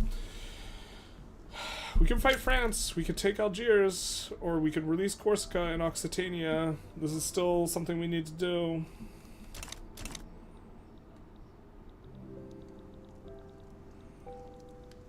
Could also declare war on one of these idiots over here. To fight Russia alone? We just don't have like an army ourselves, and maybe this is the crux of the problem. I don't think this war is really unfightable. Yeah, they've mobilized a lot more.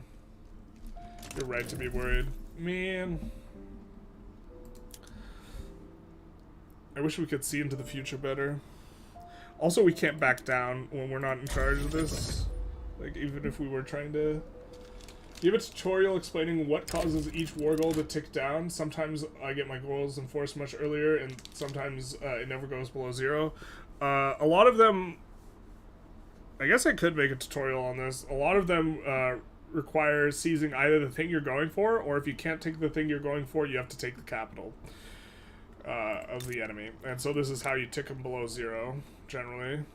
So we could conquer State Algiers. We can't conquer this because the game is stupid. And this is a treaty port, so it won't let us take that as a war goal, as our primary war goal. It actually just won't let us take it unless we're a tier above France in terms of the pecking order. But we can go for Algiers here as our primary war goal. And then these are all their subjects. And then we can look to take, you know, this Heroland to cut them out, as well as Equator to cut them out. So Heroland, Equator, and Algiers, and this will be pretty expensive on the infamy. And then we release Occitania and Corsica. God, I don't think we can take all that, actually. So let's just go conquer State Algiers, and then see what we can do, if we can manage something. So it looks like we can sway them. I think we gotta click spacebar for a sec. Why can't we sway them? Oh, they have not. Okay. Just kidding. They have a... I also hate that it says that Germany is likely to join on our side before we declare the war, even if they have a truce and they can't join. But yeah, you have to, for the most part, you have to either take the thing or the capital, and if you can't take the thing... Like, so for example, if we were to declare on Algeria and then also have... release the British Raj, and the British Raj doesn't get called in, then we can't do anything with that, or we can't land, since we can't land the British Raj, then we have to land the capital of the UK. But if we could declare on the British Raj initially, then we could land the British Raj, and we need to land their capital. Oh my god, I forgot to put in all chat, not top chat, son of a biznal. I also heard an argument from pro-immigration that immigrants are more productive and motivated than native population of the country because they become more decadent. I would ask the person for empirical evidence on that. I mean, like, I'm not saying it's wrong. That sounds like it could be right, but like that also sounds like something that person, if their reason is because they're more motivated, it sounds like they're not relying on empirical evidence. And if their reason is because the evidence says so, they're probably relying on empirical evidence. I mean, maybe we go to war with Italy. We have truce. Maybe we just chill out. We do have really high infamy. We could just chill. We could just accept that they're going to get a decent chunk of the Congo and we're just going to get almost all of it. That's not too bad, is it? Maybe we just need to chill more and like look to play this a little bit slower. And like, especially because we're at like a point where we're about to research like all of the military stuff, right? We're not even like, maybe this is chill time. We just got no chill. That's the problem. We'll do this. We'll do modern nursing and then maybe monitor and then maybe trench works. Or maybe we just do, what's this, mobilization goods requirements. That's actually decent. So is war exhaustion from casualties. We might do this one and just set ourselves up to do trench works wargaming back to back. And maybe we, I guess maybe we should have put in more unis at some point.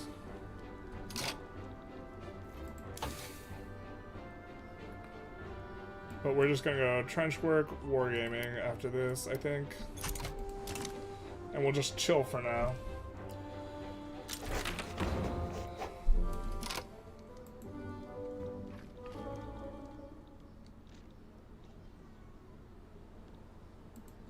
So we are starting to have problems in regards to this. So we're gonna look at areas that have insufficient tax capacity, which is now quite a lot. And we're gonna look to solve it kind of by hand. I wish you could put government admins on auto expand. That would be actually super big nice. Zululand.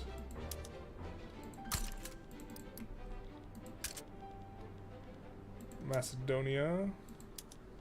Oop, there's the one.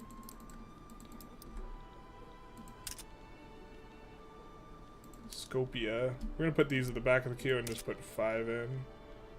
Skopje, Attica, and this other one. Well, I'm hungry. Put these at the front. I guess it's kind of been streaming a while now. And we will just chill.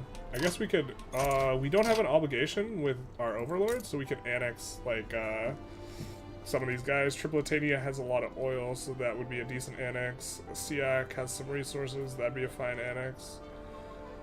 Maybe we just do this. Catalan succession, that's gonna be a little annoying actually, because it's gonna be this. We get the Maori mass migration, and we'll just catch up on chat here. The best way to model this would be through events that that suddenly change prices, which wouldn't feel very fun. Ooh, if they changed base prices? Or actual prices? I feel like you would have to have the event change the base price, otherwise it would be too hard on the mechanic, but that would be an interesting way to model it. Which would suddenly throw all the equilibriums out of whack. Like, a good thing that, like, so when you leave someone's market, that's, like, the perfect example of, like, catastrophe caused by, like, buy orders and sell orders not matching up, which is, like, big nice. Our SLL is cranking up. Stuff's getting expensive. We need more pops. We would love to get Great Shing into the market. Unfortunately, we cannot do that because we're not the head of our market. We're not the head of our marketing department. Yeah, maybe we just don't, like, we just chill out on the Congo, man.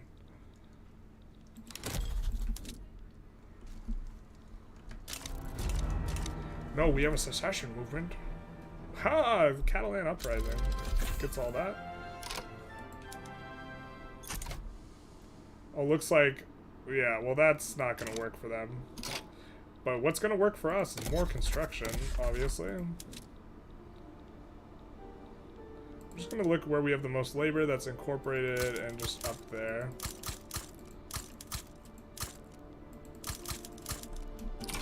That should be nice. Try to get to like 4 or 5k construction. It's rough that Russia gives so many them so. It's rough that Russia gives them so many fronts on you. It's only 2. It's only this one and this one. This is one front. It's not this front and this front. It's like just all one thing. Which I think is kind of stupid, but...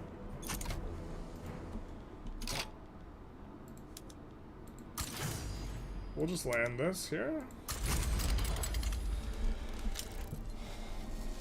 Our colonization is complete, so we can probably check for another colony. Nope. Oh, that's because we are fighting them. And we will just double land Tripolitania. I hope that'll be enough. That should be enough. I think we'll also make a bit more navy. I think our navy is in the Balkans, right? Oh, I actually think it's split up. We just like no-brained it. No, it's split up because we like conquered Persia and then had a bunch. Ooh, we forgot we can do this. And this. Rip the dream. Let's do this and this as well. And then find some naval bases. Wow, there's just a ton.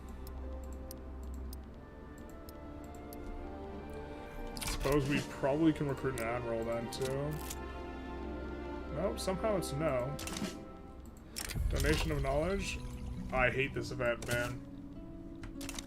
I mean, I love it, but I hate it because you. I hate that it gives you a negative because we're just gonna delete it because we have 51 unis that are level 51. But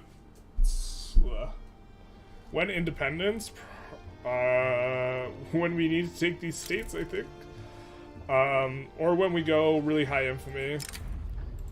Right now, being minor state is actually pretty nice for the infamy, and we are also siphoning off pops from Germany, because Germany's SOL is, let's take a look, 14, and ours is much higher. And so they are a good source of pops. Like, if we come in and look in the population, and we just look at charts, I guess, we are Greek, Turkish, and then North German. So we've siphoned off a ton of North Germans, and so this is nice. And that's even without the South Germans, like, contributing, you know? Great Britain sides against France. Looks like they're just going at it, which is nice for us. We're gonna get... Yeah, we're getting a decent chunk of the Congo. I just need to chill out, man. I got 0 chill today. Oh my god, I completely blanked what I was gonna do.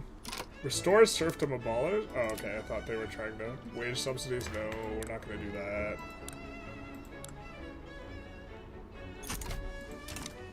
Do need a bit more government admins, so we're gonna find a place that is building up high, and we're gonna build it up a little higher. We're gonna play a little bit of whack-a-mole too. Maybe we want to decrease taxes? Probably not, though. I think we're good with what we got. No empirical evidence, but a lot of high-ranking workers and CEOs come from India and other countries, not saying that they were better in everything. I mean, but when you look at the high-ranking CEOs, like, type evidence, it's super anecdotal, and I think it's just, like, really luck.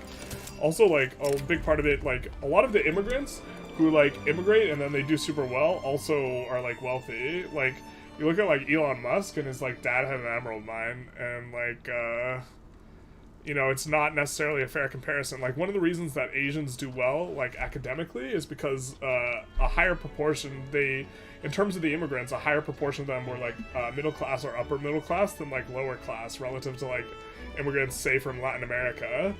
And so, like, the stereotype is, like, fulfilled, like, by, it's, like, economic conditions that, like, contribute greatly to that.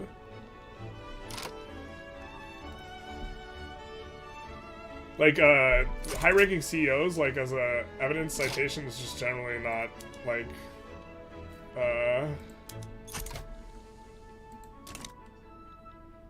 I'm not, generally a fan of it. As, like, even like, I would be more a fan of someone's, like, personal anecdote, like, oh, I have this friend, but even then, I'm just wondering how you can model market crashes in a fun way, if there's such a thing. I mean, have you ever seen the Dwarf Fortress meme? Where, like, the game is fun, but it's, like, it's fun, where, like, the fun is losing in a horrific way. It could be fun in that way. I think that could also be why feeling like you don't have control of like what's going on is like, or you're not attached to, you don't have a sense of agency is really unfun from a video game perspective, and I think that that's a problem that Vicky 2 had, and so I think that they are trying really hard to make sure that they avoid that, more so than anything else. And I think that market crashes would maybe be, yeah, I'm not sure how you make that fun. We're going to start using the shift button here, which means we're not going to be putting it in at the front of the queue, but we are going to be putting it in. So North Angola is incorporated and has quite a bit of labor.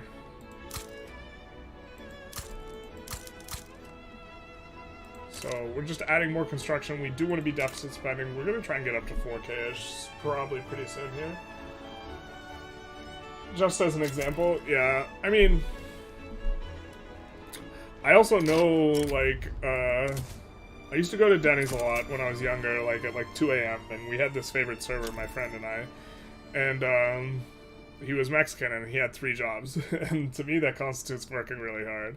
So I definitely, like, I would buy the argument that they are, in the aggregate, harder workers, but, they also just might work harder because they have to, right? Because they can't get as good jobs, and if they could get as good jobs, they wouldn't work as hard. Like, you would have to control... I'm not sure how you would parse the variables.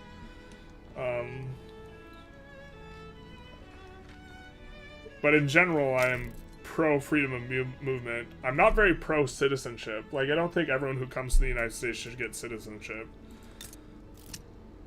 I simultaneously think people should be able to come here to work if they want to, but that they shouldn't just like get you know, free citizenship or whatever. And if there's any mill here, we're gonna delete it. I think it's just conscripts. I think the 5 that's in here in Iberia is just conscripts though. Yeah, it's a conscription center, which we can't put down. Closest thing to a market crash is when you're in your market and get 0 access because they went to war with Britain. Yeah, basically. I mean, I think leaving, if you've ever like left a market and like the buy orders and sell orders no longer match up, and like you just are running a shortage of every input good and you have like a surplus of every output good, like that is a good example of like what feels like a crash and feels like catastrophic. It's actually fun and interesting and engaging to like play, but like also like if you get crushed under it, it's really not fun and it's frustrating. Most migrant workers also tend to send remittances back home. From a macro perspective, this makes them less productive since they don't consume as much. I don't know if I agree with that analysis, but that's like a lot more to unpack, right? Because money leaving the economy is not necessarily a bad thing. In like the purest sense, like in the mercantilist sense. And like, I know that mercantilism is like not a good economic philosophy, but pinning down why it's not good. But it's also important to emphasize that they're only sending remittances back home because they can't come here, right? So like, that would get removed if the entire family could come here. I don't have empirical work to back it up. Ooh, this is a preface. But immigrants tend to work harder because they're under pressure, being deported, prejudice, etc. They have they tend to become very patriotic. That would be my guess as to why they work harder. Not some sort of innate like hustler thing, but it's just harder to put food in your mouth when you're an immigrant.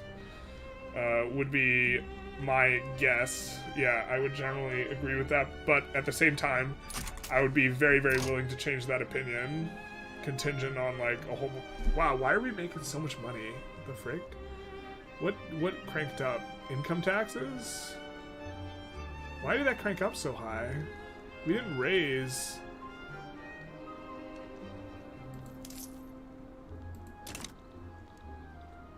We just incorporated this, that was it. We're gonna put this on auto expand because that's all they can build. We're gonna put this on auto expand because we prefer that to cows, and we're gonna put this on auto expand because that's all they can build.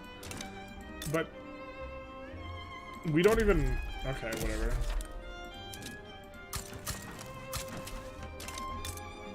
We will probably incorporate these because I'm guessing they are cheap in corporations, but they're going to get expensive when oil gets there. And maybe we go after Tunis? Nope, we can't. Just kidding. Oh, because we are involved in a play. That is correct. That is how this game works. Unfortunately, we can't demobilize whatever conscripts we had. Why are we making so much money, though? Did this decrease? Did this change? What's going on?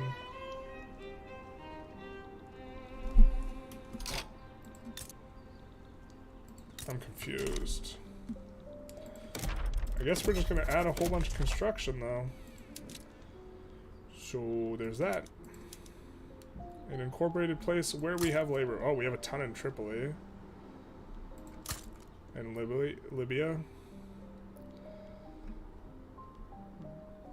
Well, that's actually just because we, like... Yeah, okay. This it's already incorporated. Cool, cool, cool. Tight, tight. Tight, tight, tight. Yeah.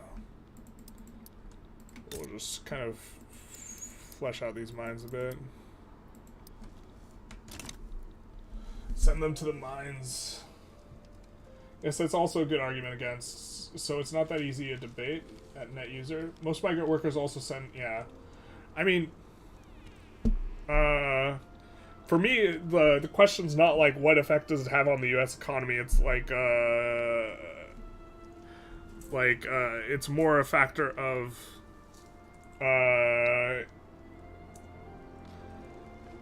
like it's more of a moral argument. Some immigrants, even Mexicans, like Donald Trump, even though he was mostly against immigration. Like, it's a moral argument in the sense that, like, so if someone wanted to go to the store, and in order to go to the store, they had to cross the street, and they were starving to death and they just wanted to buy some bread, it would be considered immoral, in my opinion, to prevent them from going across the street to buy some bread. Okay? So that's kind of the setup. But if we change it a little bit, and if instead someone was starving and they wanted to cross the street, and I'm sure you're getting where this metaphor is going, and they wanted to cross the street in order to go work at the grocery store to get the money to buy the bread, I think it would be immoral to stop them from doing that, right? I think stopping them from crossing the street, morally wrong. I think the same thing kind of applies to just crossing the border. Like, if someone wants to hire someone else, and that person wants to work, and you don't have a reason for excluding them from the country, like, so, for example, criminals, I think, should be excluded, then that's kind of where I'm at with that. But, like, you can make a national security argument. When you exclude the criminals, you have to, like, look at base rates when you're thinking about crime of, like, incoming immigrants, but, like, this is something you can discuss.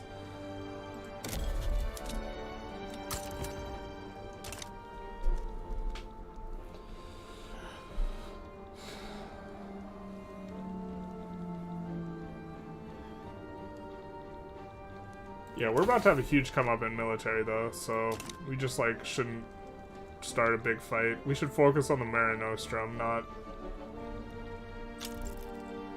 all this business. I think we annex Tunis next. I mean, we could always take Great Qing states, except they like us right now. And that's always a good one. We could also fight Russia, look for, have them release Perm in Siberia, and then do something.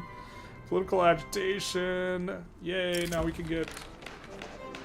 Hell yeah, feminist. I almost said feminist. I did say feminist. Where is she? Oh, we have double feminist, double rainbow. Let's go, baby. Let's go women's suffrage now, if we can. That'll be big nice. An interesting note is that highly regulated immigration systems, think H-1B visas, tend to hurt sending countries since it contributes to brain drain in developing countries. Well, you know, if I'm smart and I want to leave the country, I think I should be allowed to leave the country, which is another freedom of movement type argument. So I'm not I'm not pro preventing brain drain on emigrating countries. Like, some migrants work their ass off, learn language, learn law, try and naturalize as best they can, and see other migrants being on welfare and doing nothing makes them angry. Yeah, I think that's kind of one of the reasons why Trump did well. Also, I think the PC culture type stuff doesn't track with Latinos. very well. Like, I think liberals alienated them, is a big reason why that happened. That's, seems to be, like, kind of why, you know, if I'm not mistaken, African Americans are also, like, kind of trending, oh, we cut them off, nice, big nice, so we're gonna get all this down here. Yeah. We're not 100% sure on this, but I'm pretty sure low-skill immigration helps the sending country develop. Interesting. I think you kind of just want more pops, like in game. Kind of. I'm mainly joking. That's like the way you would analyze it, but like China's gonna for sure pass us in GDP, and the reason why is because they just have more people. And so if you were like really of the patriotic opinion that America should be the most like powerful like country in the world or whatever, you should be pro-immigration, I think. People don't like to hear that, though. Because they care about American jobs, which is like, okay, well, I understand.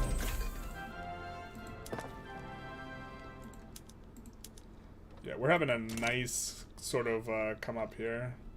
I think we can just go for the construction as well. So I think we got it sorted from the same way as before. We'll just slap down some.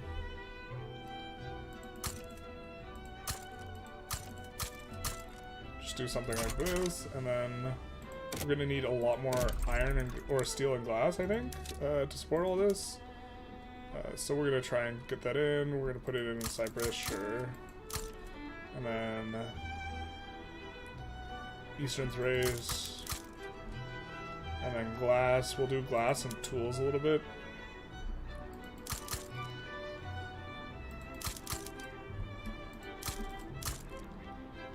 And then, where's glass?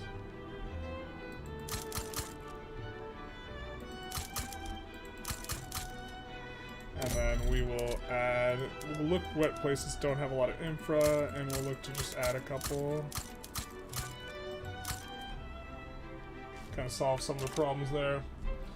To be clear, your point is that restricting immigration to high-skilled workers is probably worse for both countries.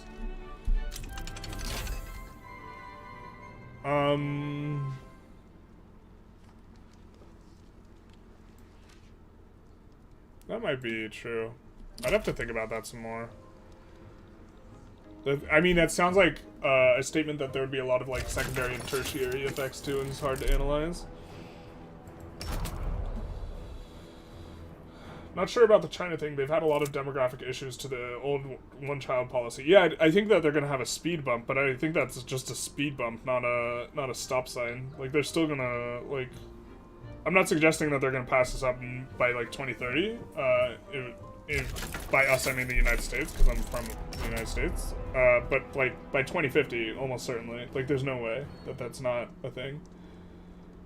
They're on a ticking clock to the demographic crisis. Yeah, but the demographic crisis is only going to last 20 years.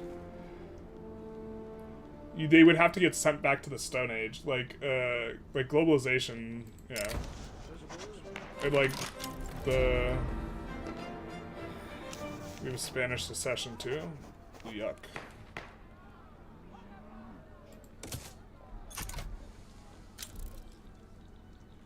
Which I'm guessing is, again, this, yeah. Oh, that's just against us. Interesting. Not against Germany. Wow. Immigration talk has hurt the viewership. Who knew? That's unfortunate, though. I would rather people, like, try and have a discussion that disagree with on that sort of stuff, but maybe they just don't want to talk politics. That's fair, too. I get that. Or they're here for Victoria 3, not for politics, right? They could see very easily find a politics stream, so yeah, I can respect that. Workplace safety. Let's increase this a little bit.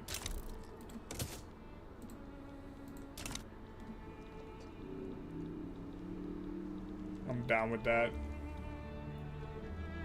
Importing young Chinese people to accelerate this process is thoroughly unhinged and based foreign policy strategy. What? Importing them like they're commodities? Jesus. I mean, you're talking about just allowing more Chinese immigration, right? That's the idea. Wild. Absolutely wild. Importing young Chinese people. Oh, look at this GDP crank up, though. We got to 4K construction. I think we started at 1.5K. And we're about to hit some serious inflection pointage where we're getting, you know, a lot of these mill techs. Oh! We're not even going ahead of time on this. Rip the dream. This is going real fast, though. Hopefully we get a nat spread on trench work or wargaming. That would be big nice. We'll see what happens, though, at the end of all that. I think we'll probably have really expensive dyes right now, right? Let's just take a look. Are these profitable? They are pretty profitable. We'll 51 it. Travis on here. Police brutality, damn. Terrible. Defund the police. Refund the police. 40% of China are still peasants. If they, of course, they will surpass eventually. Of course. Okay, got it. I was like, what? Of course. If they stay on this course? Yeah, I think, it's a little bit of looking at the world through patriotic colored lenses. It's not a question of if, it's a question of when. Unless the United States just had like 1 billion population, I think. I'm not sure which country has better natural resources overall, though. Probably China. Obviously, more of the overall world balance is more in favor of the United States. Like there's more ideological agreement from other countries that are powerful with the United States. And so it'll be easier to have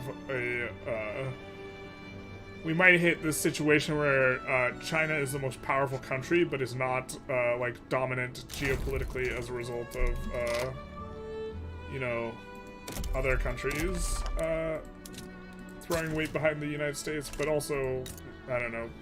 We're gonna check PMs as well in a sec here, because those could be all messed up. Okay. We'll just incorporate this. It's really expensive incorporation, and it's really long too. Maybe that's not a good idea, but we're floating so much extra right now.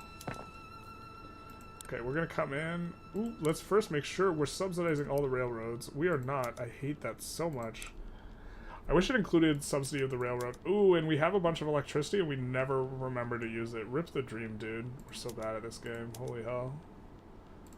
Just got caught up and I got lost in the sauce of talking about stuff. Let's go. Is this gonna cause a shortage? It is gonna cause a shortage of electricity. That should, I don't think we can go for the electric sewing machines on top of all this. Wowza. Oh, there's so much stuff I've been slacking on playing the game. I've just been jabbering. Ugh. Okay, so we do have an electricity problem now, yes? I assume that's what this is? Yeah.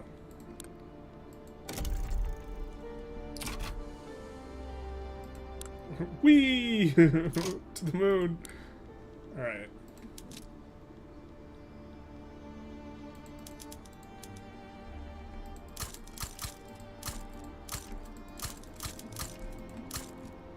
Oh, we're gonna have, actually, we shouldn't do it in these two states because they're gonna have really big turmoil construction analysis. Ah, it's not that bad. It's still pretty bad though. Let's not do it there. Let's build one, I guess.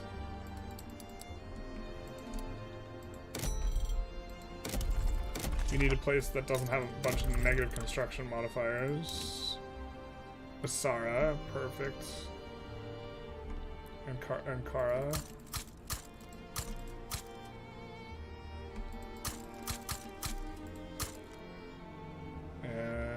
Western Thrace, sure. And of course, we'll need more motor industries.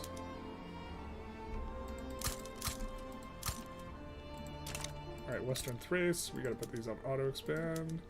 Ankara, auto-expand. Basara, auto-expand.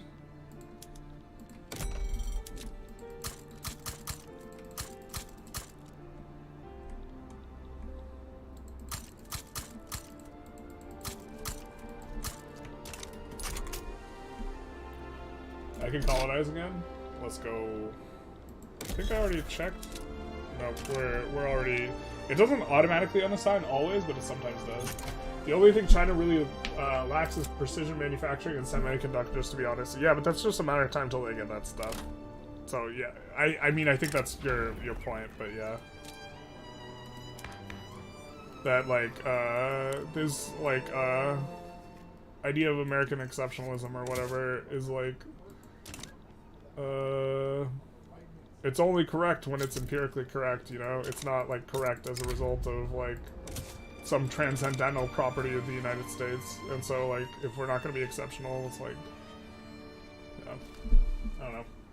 Is there any reason not to go religious schools early and stick with it for a while? Yes, there is a reason. Because you really want to get the church into this class of being marginalized, because they're going to be mad at you a lot with kind of everything that's good, and they're going to give you minus education access when they're unhappy.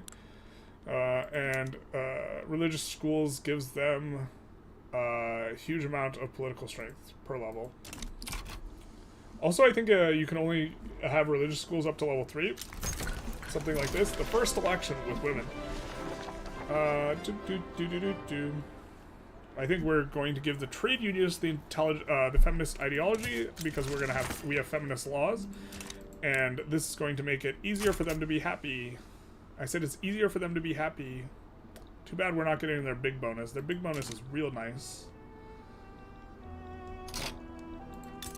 In theory, we would want to annex these guys. I mean, we are involved in a war. Are we winning, son? We are winning. Oh wait, did we not occupy that? Oh, we're about to. Let's just make it official. Same education access, conversion versus assimilation, and clergy don't end up with a ton of place as the game goes on. The as the game goes on part is important, I think.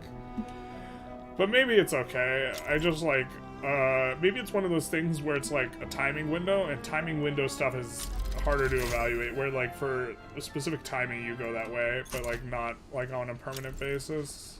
I don't know, it's hard though. China imports a lot of stuff, raw material, food, and is net importer of oil, so they're not in the best position either. Yeah, I mean like, the game is supposed to reflect, relatively speaking, like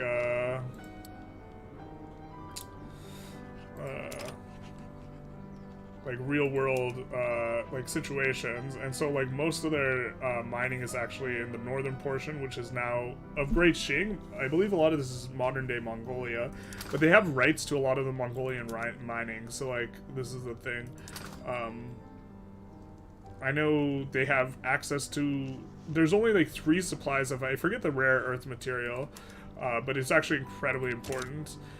There's like one that was recently discovered somewhere in Scandinavia. I forget which Scandinavian country. There's one in China, I don't know where, and then there's the Congo, and that's it. It's like the only place you can get that. You can go for level 5 schools with the, are you sure? I think someone told me you couldn't, but I never checked, so that could be right. Don't think we want the Conservative Party doing very well, so... Also, you noticed when you were keeping a better when you were doing a better Pope mean that you had issues keeping the devout in power as you industrialized anyways. Only hospitals are restricted. Yeah, so it gets harder and harder. A big part of what contributes to your clout early on is there's actually like a pop attraction modifier. The higher your literacy rate goes, the less pops are attracted to the religious groups, which I think is like a mechanic in the game that's like maybe a bit not generous to like religious people, but whatever. But that is something to keep in mind. Also, like in terms of there's a at the start of the game you will have the highest proportion of clergy possible, basically, even when you are building later on more stuff, because there's no PMs that give more clergy stuff, and there's a ton of PMs that give well, I guess not a ton that give more intelligentsia, but yeah. Public insurance gives +2 institutions. Public schools do not, so you're not gated. So you're not gated by religious schools.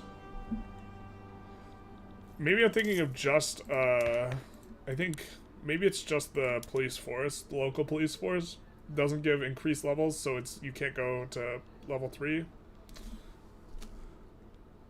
Does not give max institutions. What do we do now? We annexed everything. I mean, I definitely think we're not.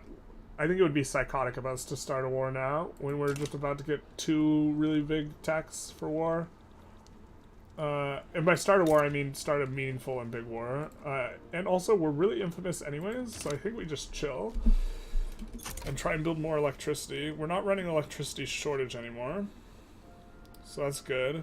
So maybe we should swap this up. Really not good. Really loose play by us today, I think. I'm going to start swapping that up, though. Which is going to cause temporary shortage. Definitely want public motor carriages. That's a good one. It's definitely a lot easier to play well when you're making videos as opposed to streaming. Because you just, like, start thinking about multiple things. The Ripper, gruesome murders. Damn, we got the Ripper event. Sucks. We have, like, half the coast, but, like, we also have a lot of work to do, and it's almost 1900. Your real problem with the clergy was more rural folk than devout. I even had more landowners in the clergy than the devout. It was a strange sort of ruined meme. Well, rural folk will have that attraction, but it goes down as, I believe, as your literacy rate rises. So you're telling me the Mosque of Genet and religious schools' dream isn't optimal? It is not. But this, I also gives a whole lot more church influence, which is really good. Annex Egypt? Can't annex Egypt. I still have a truce with them. Till 1900. I agree, annex Egypt would be pretty hot, though. Nice little big Byzantium. Maybe we try and get that before the end of the episode. I think we're probably going to end here at 12:30 PST. We got a lot of electricity shortage. We're going to try and fix that some more. Let's actually also just put some things on auto expand that are not currently.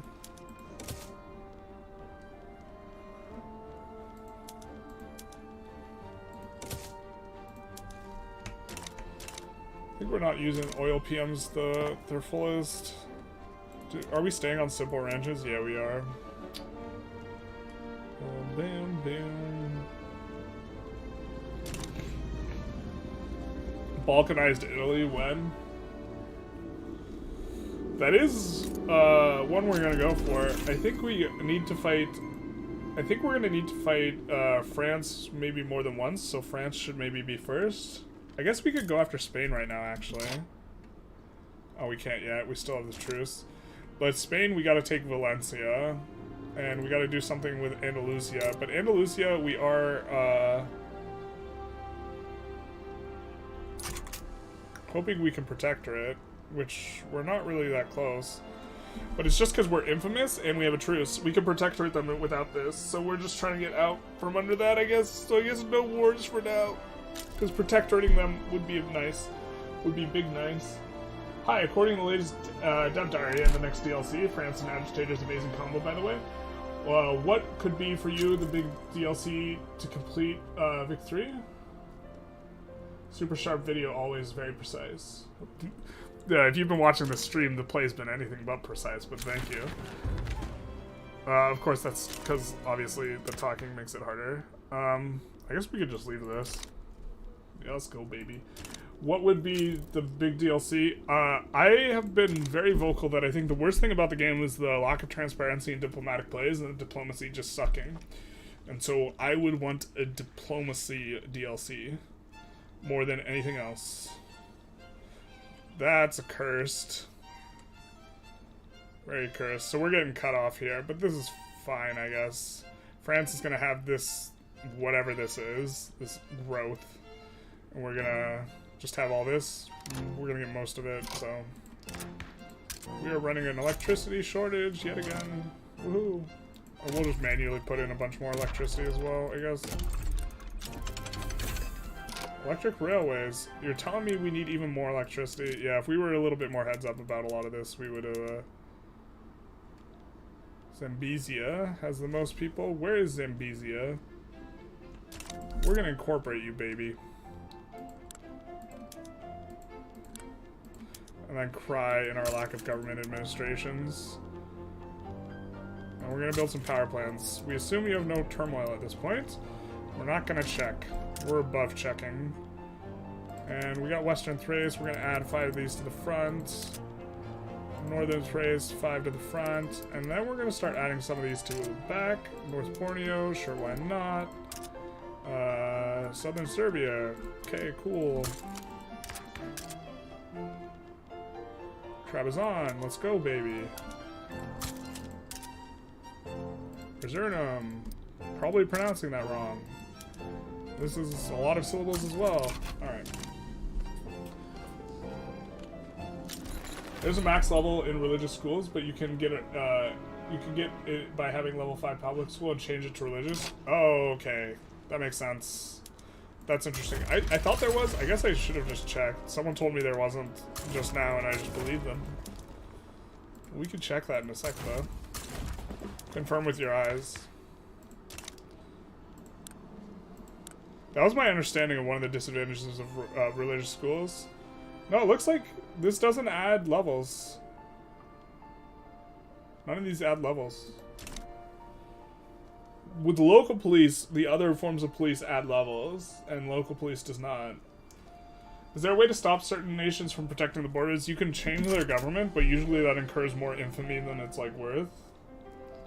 Also, it doesn't guarantee, but people with conservatives in power tend to protect the borders more. And so rural and more backward countries tend to be more protector of the borders-y, as a general heuristic. Are you sure the wiki doesn't mention? I'm pretty sure you're thinking of charity hospitals. I'm pretty sure you're correct and I'm just wrong, then. Or by I mean Francisco and I. Or we just checked it, but yeah. So this doesn't give levels and this gives levels. I don't like doing the religious ones anyways, so like, it's... Same with hospitals, yeah. But, soonish, we're gonna have, like, when the next patch drops, or when the DLC, or the flavor pack, the non-DLC DLC drops, we will, well, it's gonna be big nice when we get down there. But, we're gonna be able to do atheist pope runs. Yeah, baby. So I'm pretty sure the 3 runs we're gonna do is gonna be Atheist Pope, Barbary's back, and then the France run. Although I'm gonna do a poll for how we want to do the France run. The people who have been like pushing me to do what is it called, Iron Man, and I think it's a vocal minority. I was thinking of doing a France run where we just eject. We put it on the high difficulty and the high intervention rate. We play on Iron Man, and day 1 we just expel diplomats from every country. And then try and sort that out. I think we don't want to be making money, really, so I think it's construction time. It's construction time.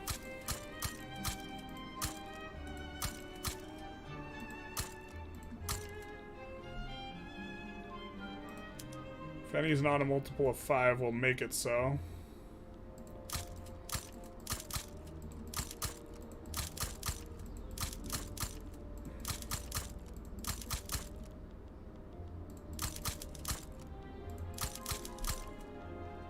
There's Dobruja. Let's make you a multiple of 5, my guy.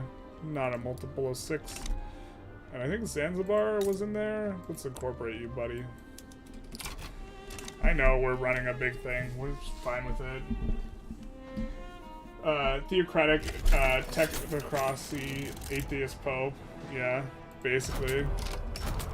The people, Victoria 3 enjoyers only want one thing, and it's a technocratic, theocratic, atheist pope. Protestant theocratic USA run one, probably... that is the first time I have heard that request. If I hear it a bunch, then maybe we do it, but...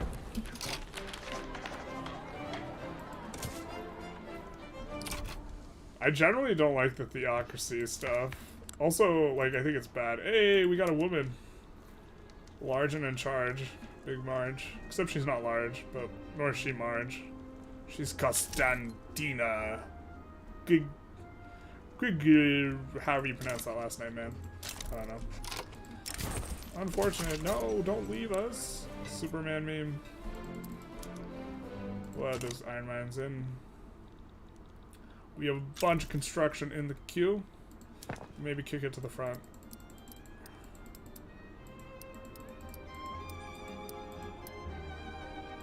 Or kick a lot of it to the front, at least. I'm not sure to what Payne was referring to. Maybe the atheist, technocratic. I imagine also that you just can't go theocratic. Like, I imagine theocracy will say disallowed by state atheism.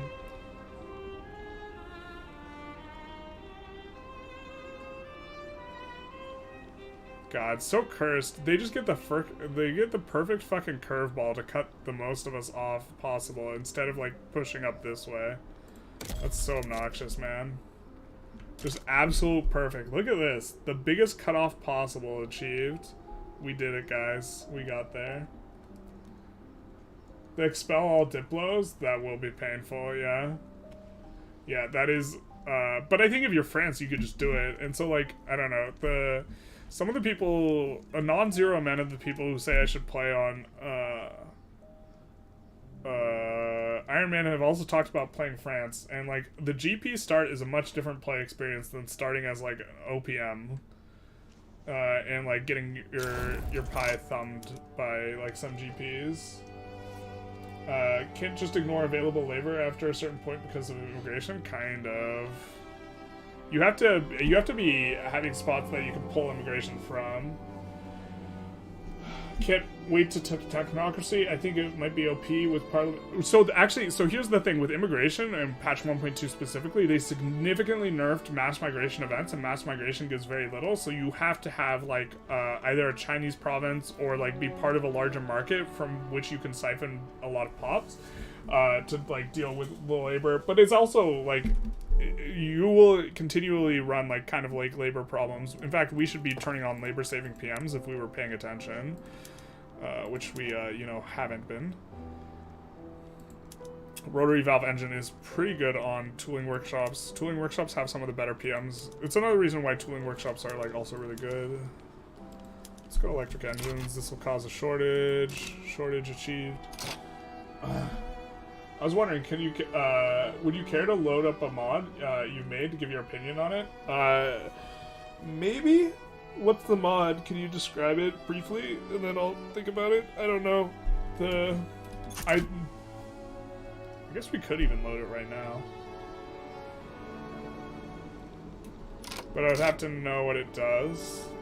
Obviously, if it, like, put nudity on all the characters, that would be a no-go. Actually, I probably won't do it on stream just because I don't know what it does. Like, for sure, for sure. Can you imagine just make all the portraits nudes? Yeah. One culture, one faith, Victoria 3 would be conquest when? That sounds impossible. Because you're talking about converting all the pops, right? Not just a world conquest. I don't think you can achieve that. There's a form to circumnavigate requisites. Once on anarchy. Oh, to circumnavigate. There's a form to circumnavigate the requirements. I'm guessing once I saw I use anarchy technocracy. Interesting.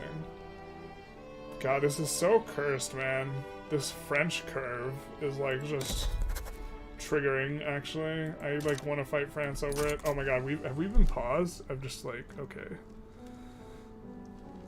Game, please. Actually, my brain, please. Maybe this is a sign we should stop streaming soon. Jesus. Having some problems. We'll put a few of these at the front of the queue. Wish there was a better way. We're already adding on a lot of these, but not all of them. We'll just 51 Attica here as well, solve our problems in a more long-term base. You don't care for Iron Man. You'd like to see you play more big countries like GPs, East India come and start dating Xing. Start dating Xing's actually... I did a little bit of a trial run. It's a lot harder on 1.2. Generally when I do polls, though, they perform really bad. The really big countries. And so I'm not sure... Maybe I need to play like more of them, but I think still mostly be playing smaller countries because that seems to be what people want to see. Victoria 3 watchers want one thing in small countries. Not really, but so I guess maybe. I mean, we're going for trench works now. What's Nat spreading to us in here? Landing craft. That's not a bad one to Nat spread. We can well, actually it kind of is because you just do the landing exploit, but currently total separation and freedom of conscience is blocked if you are a theocracy. I do know that if you become a theocracy, if you have freedom of conscience already. So for some things there's like a hard lock, and for others it's a soft lock. Like for example, women's suffrage. You cannot pass women's suffrage if you are on anarchy, or if you're on like oligarchy or autocracy, but you can switch to one of these once you've passed women's suffrage, right? Because you need to have the ability to vote in order to give women the ability to vote.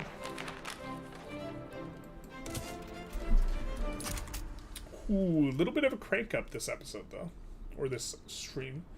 Although it is like it's been a little bit of a time as well.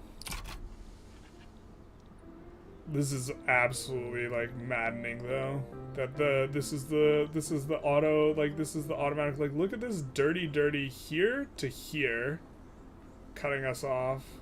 Dirty. Terrible. Big dirty. Okay. We do have a bunch of these admins finishing. It's a start for the country you're playing. I've changed a lot of laws around, but I'm more curious what you would want to do in this scenario. Oh, so it's just a different start for Greece? Probably pretty similar to, like, I don't know. I think it's very much meta to go after Borneo, and then this, and then, like, also grab Bahrain while you're at it. Like, woo!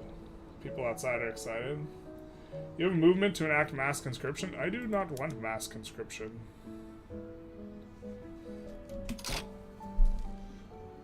I do not like the minus morale loss. I suppose I haven't played around with it enough. I could just pass it. I mean, YOLO, right? I think the increased morale loss... Because I don't even think I need to field that many troops. I mean, maybe mass conscription is really good if you go high infamy, though. But we might not need to do that. In fact, Andalusia, you will probably accept... Wait. Oh, we could take on your debt first. Perfect. Let's do it.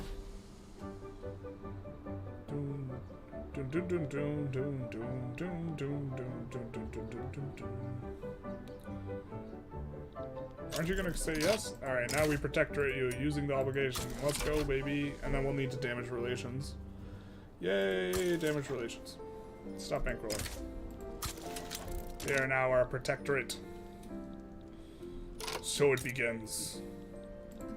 So I think we're gonna damage relations with France. And I guess maybe we just go after this, Valencia here. 25 infamy? Come on, guy.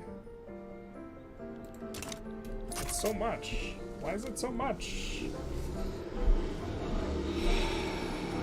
We might have to go high infamy here in a sec. I mean, I think we could slap around Spain. And then go high infamy versus Great Britain. Once we finish all this stuff. But maybe we're just supposed to wait for trench either way, I think.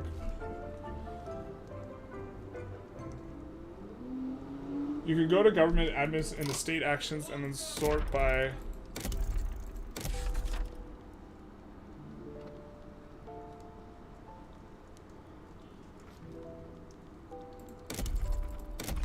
State actions. What? You mean by the buildings in here? And then sort by... Oh! When did they put this in? Okay, thank you. Good shout. Someone was telling me this in a video, or they were trying to explain it, and I wasn't quite getting it. But I also wasn't looking super hard. Do I know about Ted Krasinski? Yeah, he's the Unabomber, right? You read his books about industrial society. I think Ted Krasinski had some other problems going on that were clouding his analysis, probably. But I haven't read his books, so I don't know. The conscripts from mass cons suck, though. They can't use reconnaissance or specialist units. Big rip. That does suck. You get the appeal of watching someone crank up as a miner, but I think it'd be more awesome to see top levels perform what they can do when they can skip that wait for the GP starts to align phase. Yeah, you mean like waiting for someone to rev so you can declare a recognition war on them? Perfect. That just basically encapsulates every like a recognized start. Although I learned about this like Alaska exploit, apparently you can just do it on Russia, land Alaska, occupy Alaska, and they'll give it to you, and you just have to defend yourself against landings. And so apparently it's pretty easy. We're just gonna come in here, and we're gonna start 51 and some things.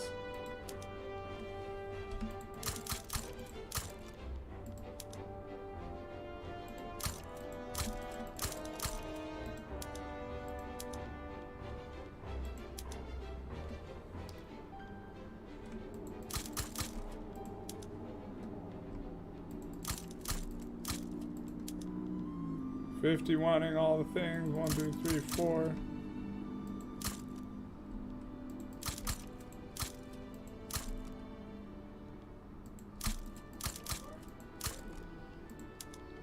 We go to 51 all the time. All the time.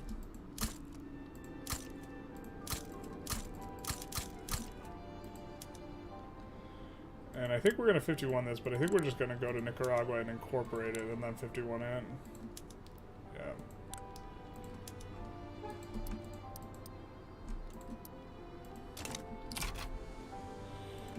'51 everywhere.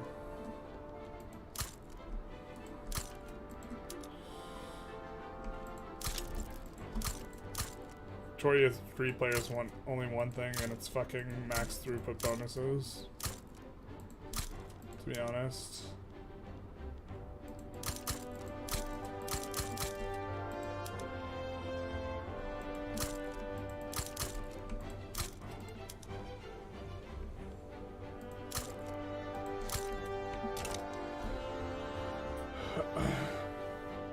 Can do the same with rails and ports for infrastructure as well. Super convenient. I knew you could do it for the infra. You use regular army conscripts as just meat used for defense during massive wars. The conscripts get used in the same spots, or are you talking about conscripting from a place that you're not using like the main army in?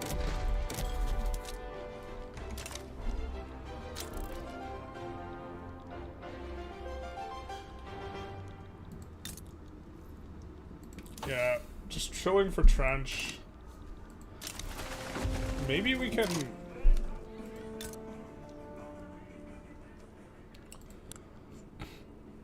They're a major power. Spain is a minor power. We could end the rivalry and try and incorporate them diplomatically. I'm just trying to think the best way to do all this, because we have to take Algeria and Morocco militarily. And that's kind of... And we have to take this militarily. Well, it's probably easier just to do everything militarily, huh?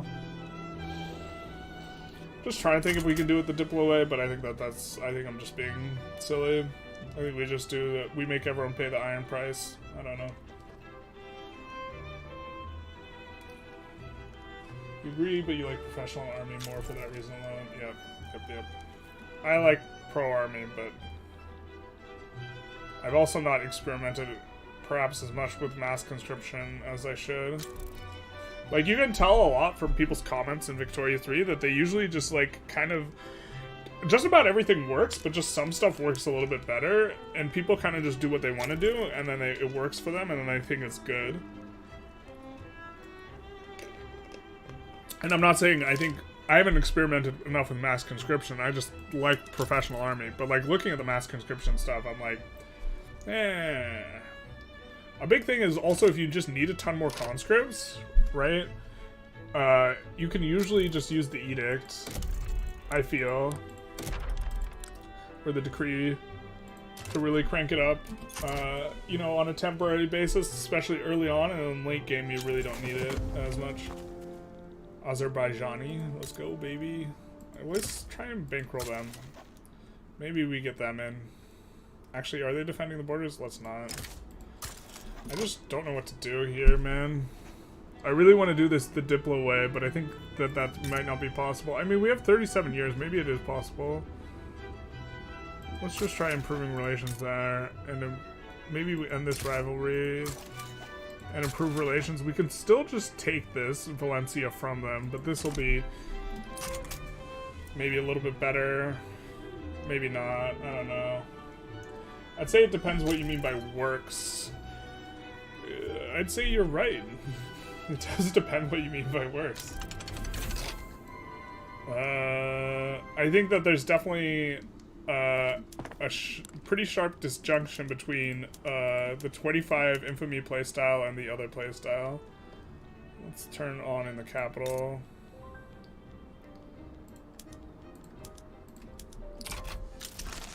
Yay, Metropolitan Railway!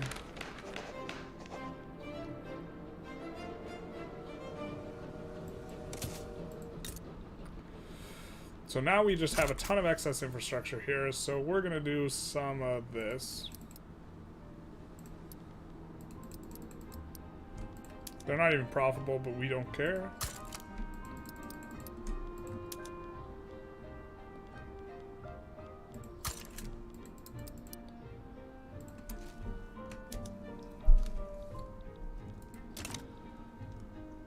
We don't care that much. I guess we care a little bit.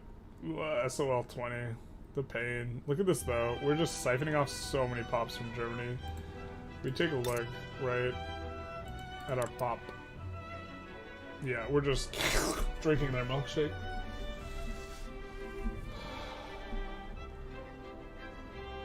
National militia is nice. Mass conscription is probably good. I usually end up doing professional or militia though. Yeah.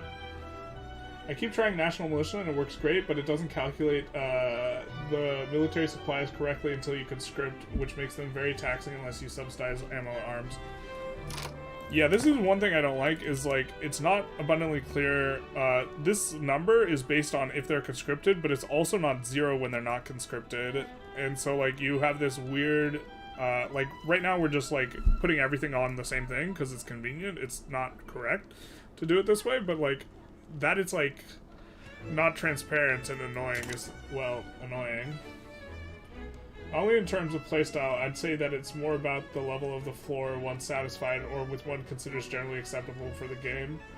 Yeah, I mean, like, we're not trying to min-max super hard this run, because, like, I'm trying to interact with chat, and, like, obviously you guys will just see me, like, flub a whole bunch of stuff, like, not swapping over PMs and everything, but... Oh yeah, wreck them. Get them. Take them out. Oh wait, no. The French soldiers finally got there. Damn. Unfortunate. Do we have any construction centers in the queue? I feel like we should. No, we just like... Never mind. We just stopped shy of 5k construction. Terrible. And we call ourselves Vicky 3 players.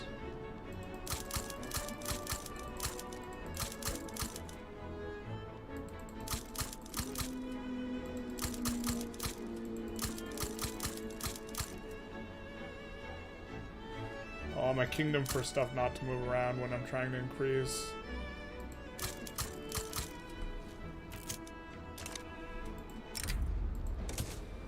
Let's check GDP relative to the world. I'm sure we're number 1 by now. Well, I'm confident. I guess I'm not sure. Yeah, we are number 1. But we are but a minor power. This is a minor power. We are doing minor things. Mass conscription is used for big wars. During the First World War II, I believe most of the professional army on both sides were decimated. Yeah, so mass conscription does seem very good at reducing the penalty you are running for casualties. You know, in terms of your war exhaustion. So it seems very good for that specifically, yeah. Which is going to matter, like, later on in the game. I don't know. I think it's probably best in multiplayer. Yeah, it's just dumb enough that you can make anything work, yeah. Like, becoming number 1 GDP is Greece. Well, obviously the Greeks were destined for this. Look, it's 66.9. Very nice literacy rate here, too. In 1.0, you could solo Russia, Austria, and Shing as Krakow on National Militia and National Guard. As just Krakow? I think you'd have to take at least one more state, but maybe not. 1.0 was something weird. 1.0 of the AI was real bad. Alright, so it looks like this is our share of colonization. We're gonna see if Portugal's actually colonizing. They are. If they weren't, we would wind down colonization, because it looks like this is kind of it. Oh, can we colonize up there? No, we cannot.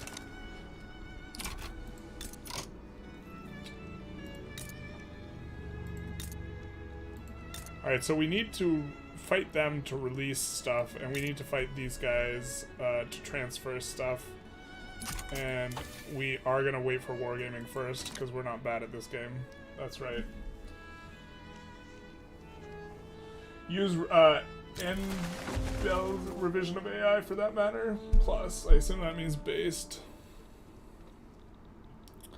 We are... I think we want to kind of float this down to 1/3 deficit for when we leave the German market eventually. Also, I think when we go for independence, we're probably going to go for Dalmatia and, like, release Venetia. And then we'll need to get Croatia and Istria. Maybe we release Croatia? Because I think this is all in Croatia, right? Release Croatia, release Venetia, and this will be enough. Ooh, kind of want to go telephone soon now, then. Or we could just go NCO training after this. How long is this? It's probably like 10 years or something. 9 years. Yeah. Yep. Could just go for automatic machine gun and then NCO, though. That's probably okay. If we really want to just keep pushing the mill tech, which I don't know if is the case. We could stop by for some production tech here. Like telephones, steam turbines, naps, threading. Yeah, maybe we just don't care, though.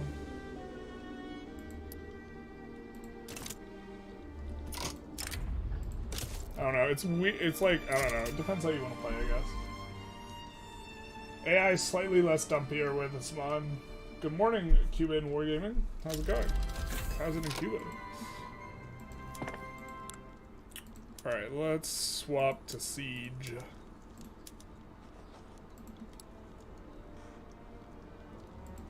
So swap a couple to electric. Well, actually, we should not swap like that. We should just look what has infrastructure problems. Yeah, and then Zambezia, for example. Holy snap, they have a lot of infrastructure problems. And do that. Yeah, we way overbuilt there. Whoops. Montenegro, yeah, definitely overbuilt here too.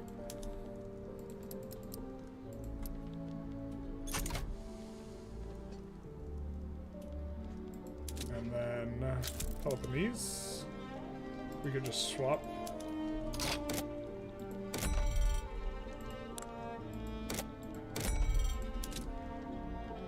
Bruges, we could also just swap. And we're still building more too. Okay.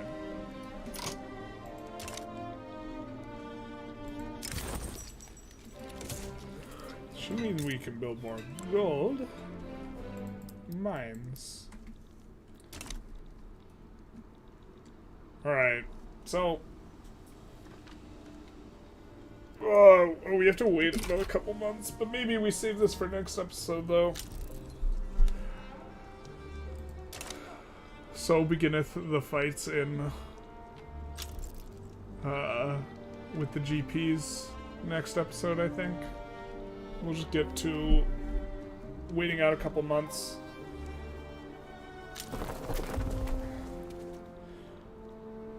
But in very good shape here, I think, for doing this run. We're also damaging relations with them, so we need to we could try and protectorate Spain. They're defending the borders, though, so maybe this is a pipe dream, and we just have to, like, go full bad boy. I think we just need to kneecap some of these guys first, though, or we would like to kneecap Russia, France, and or Germany, or humiliate them so they can't join, so we can try and do these wars. We're obviously going to need to add a ton of military. Maybe we should start setting that up here.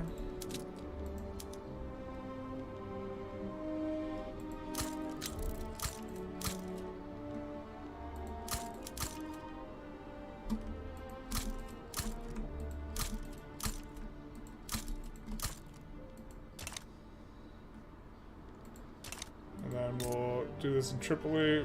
I'm probably going to be concluding the stream in the next 5 minutes. If anyone has any questions they wanted to ask. You've all been very chatty and talkative, which is nice. Big nice. Although it feels bad. Cuban's like, good afternoon, and then 5 minutes later I'm like, yeah, we're going to pack it up. We're packing it up because it's afternoon, actually, is kind of the shtick. I do have to go to the gym.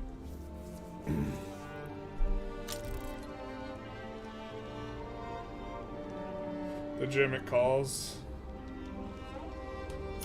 Let's just double check that we're in fact I hate that it sometimes pulls you off the colonization. We were colonizing. I don't think we need our colonization speed anymore, though. I think we're gonna be like on 50 speed no matter what, so we're gonna decrease this as well. And we have a ton of excess institution stuff. We're gonna crank up all our institutions to max, I think. With all this going on, I think we can do that. Be in good shape. Well, that's fine. You have perfect timing like that, basically. Feels bad, man. I think we're going to end on January 1901. And we're going to take a pause on this Friday afternoon, January 19... I wonder if the dates are all perfect, too. I wonder if every Friday in-game is really Friday. I bet it is. But anyways... I hope you guys enjoyed. That's been the stream for today. We did quite a lot of work in terms of, getting all of this. We got a decent amount of colonization done, so that was kind of nice. We're super, dialed in with all the laws we want. We got, all the institutions. We've just kind of pressed ahead into a lot of the military stuff. And so I think we'll be popping off and fighting France, Great Britain, and working on finishing this Mare Nostrum attempt. I'm not sure if we're going to go high infamy or not yet. We'll probably look to... so while we're still a minor power, because, we're very minor, being the #1 GDP, very minor. While we're still a minor power, we accrue less infamy, so this is a reason to stay minor power for a little while longer. But we could also just slough off daddy and go independence. I'm not sure what we'll do, or how we'll proceed. Going for Algeria into Morocco is going to be kind of nice. We can also puppet Andalusia pretty easy, so we just need to take this off of Germany, and then getting all of Italy might be a little bit of a task, but maybe we just need to open market and then split them open like a coconut. Maybe this is the next war. Just open their market, release everyone, and then we're just going to look to puppet all the released states, something like this. We have to take this off of Russia. But we can't as long as Russia's a great power, which is actually obnoxious, so maybe we need to, do something weird. Get a little weird, because we actually can't take this, as long as, we can't take the treaty ports off of people, unfortunately, unless they are not a great power. So we actually need to uber kneecap France and Russia, because we have to take this Russian treaty port and the French treaty port. We don't need to take any German treaty ports, so they don't need to be uber kneecapped, but we also need to uber kneecap Great Britain. So I don't... Maybe we go high infamy, and the high infamy one we take is transferring the Raj and Baroda, and then we proceed from there. I'm not sure. Anyways, I hope you enjoyed. Feel free to like, comment, subscribe, and click the notification bell. You know, the YouTube algorithm stuff. I will be using the restroom after I end the stream, and then coming back and responding to anything that's in text. And then I will be responding to anything I read here. Nope, it's everyone saying goodbye, so bye-bye. See you later. Where's the end stream button? There it is. Of course I want to end. That's what I wanted. That's why I clicked it.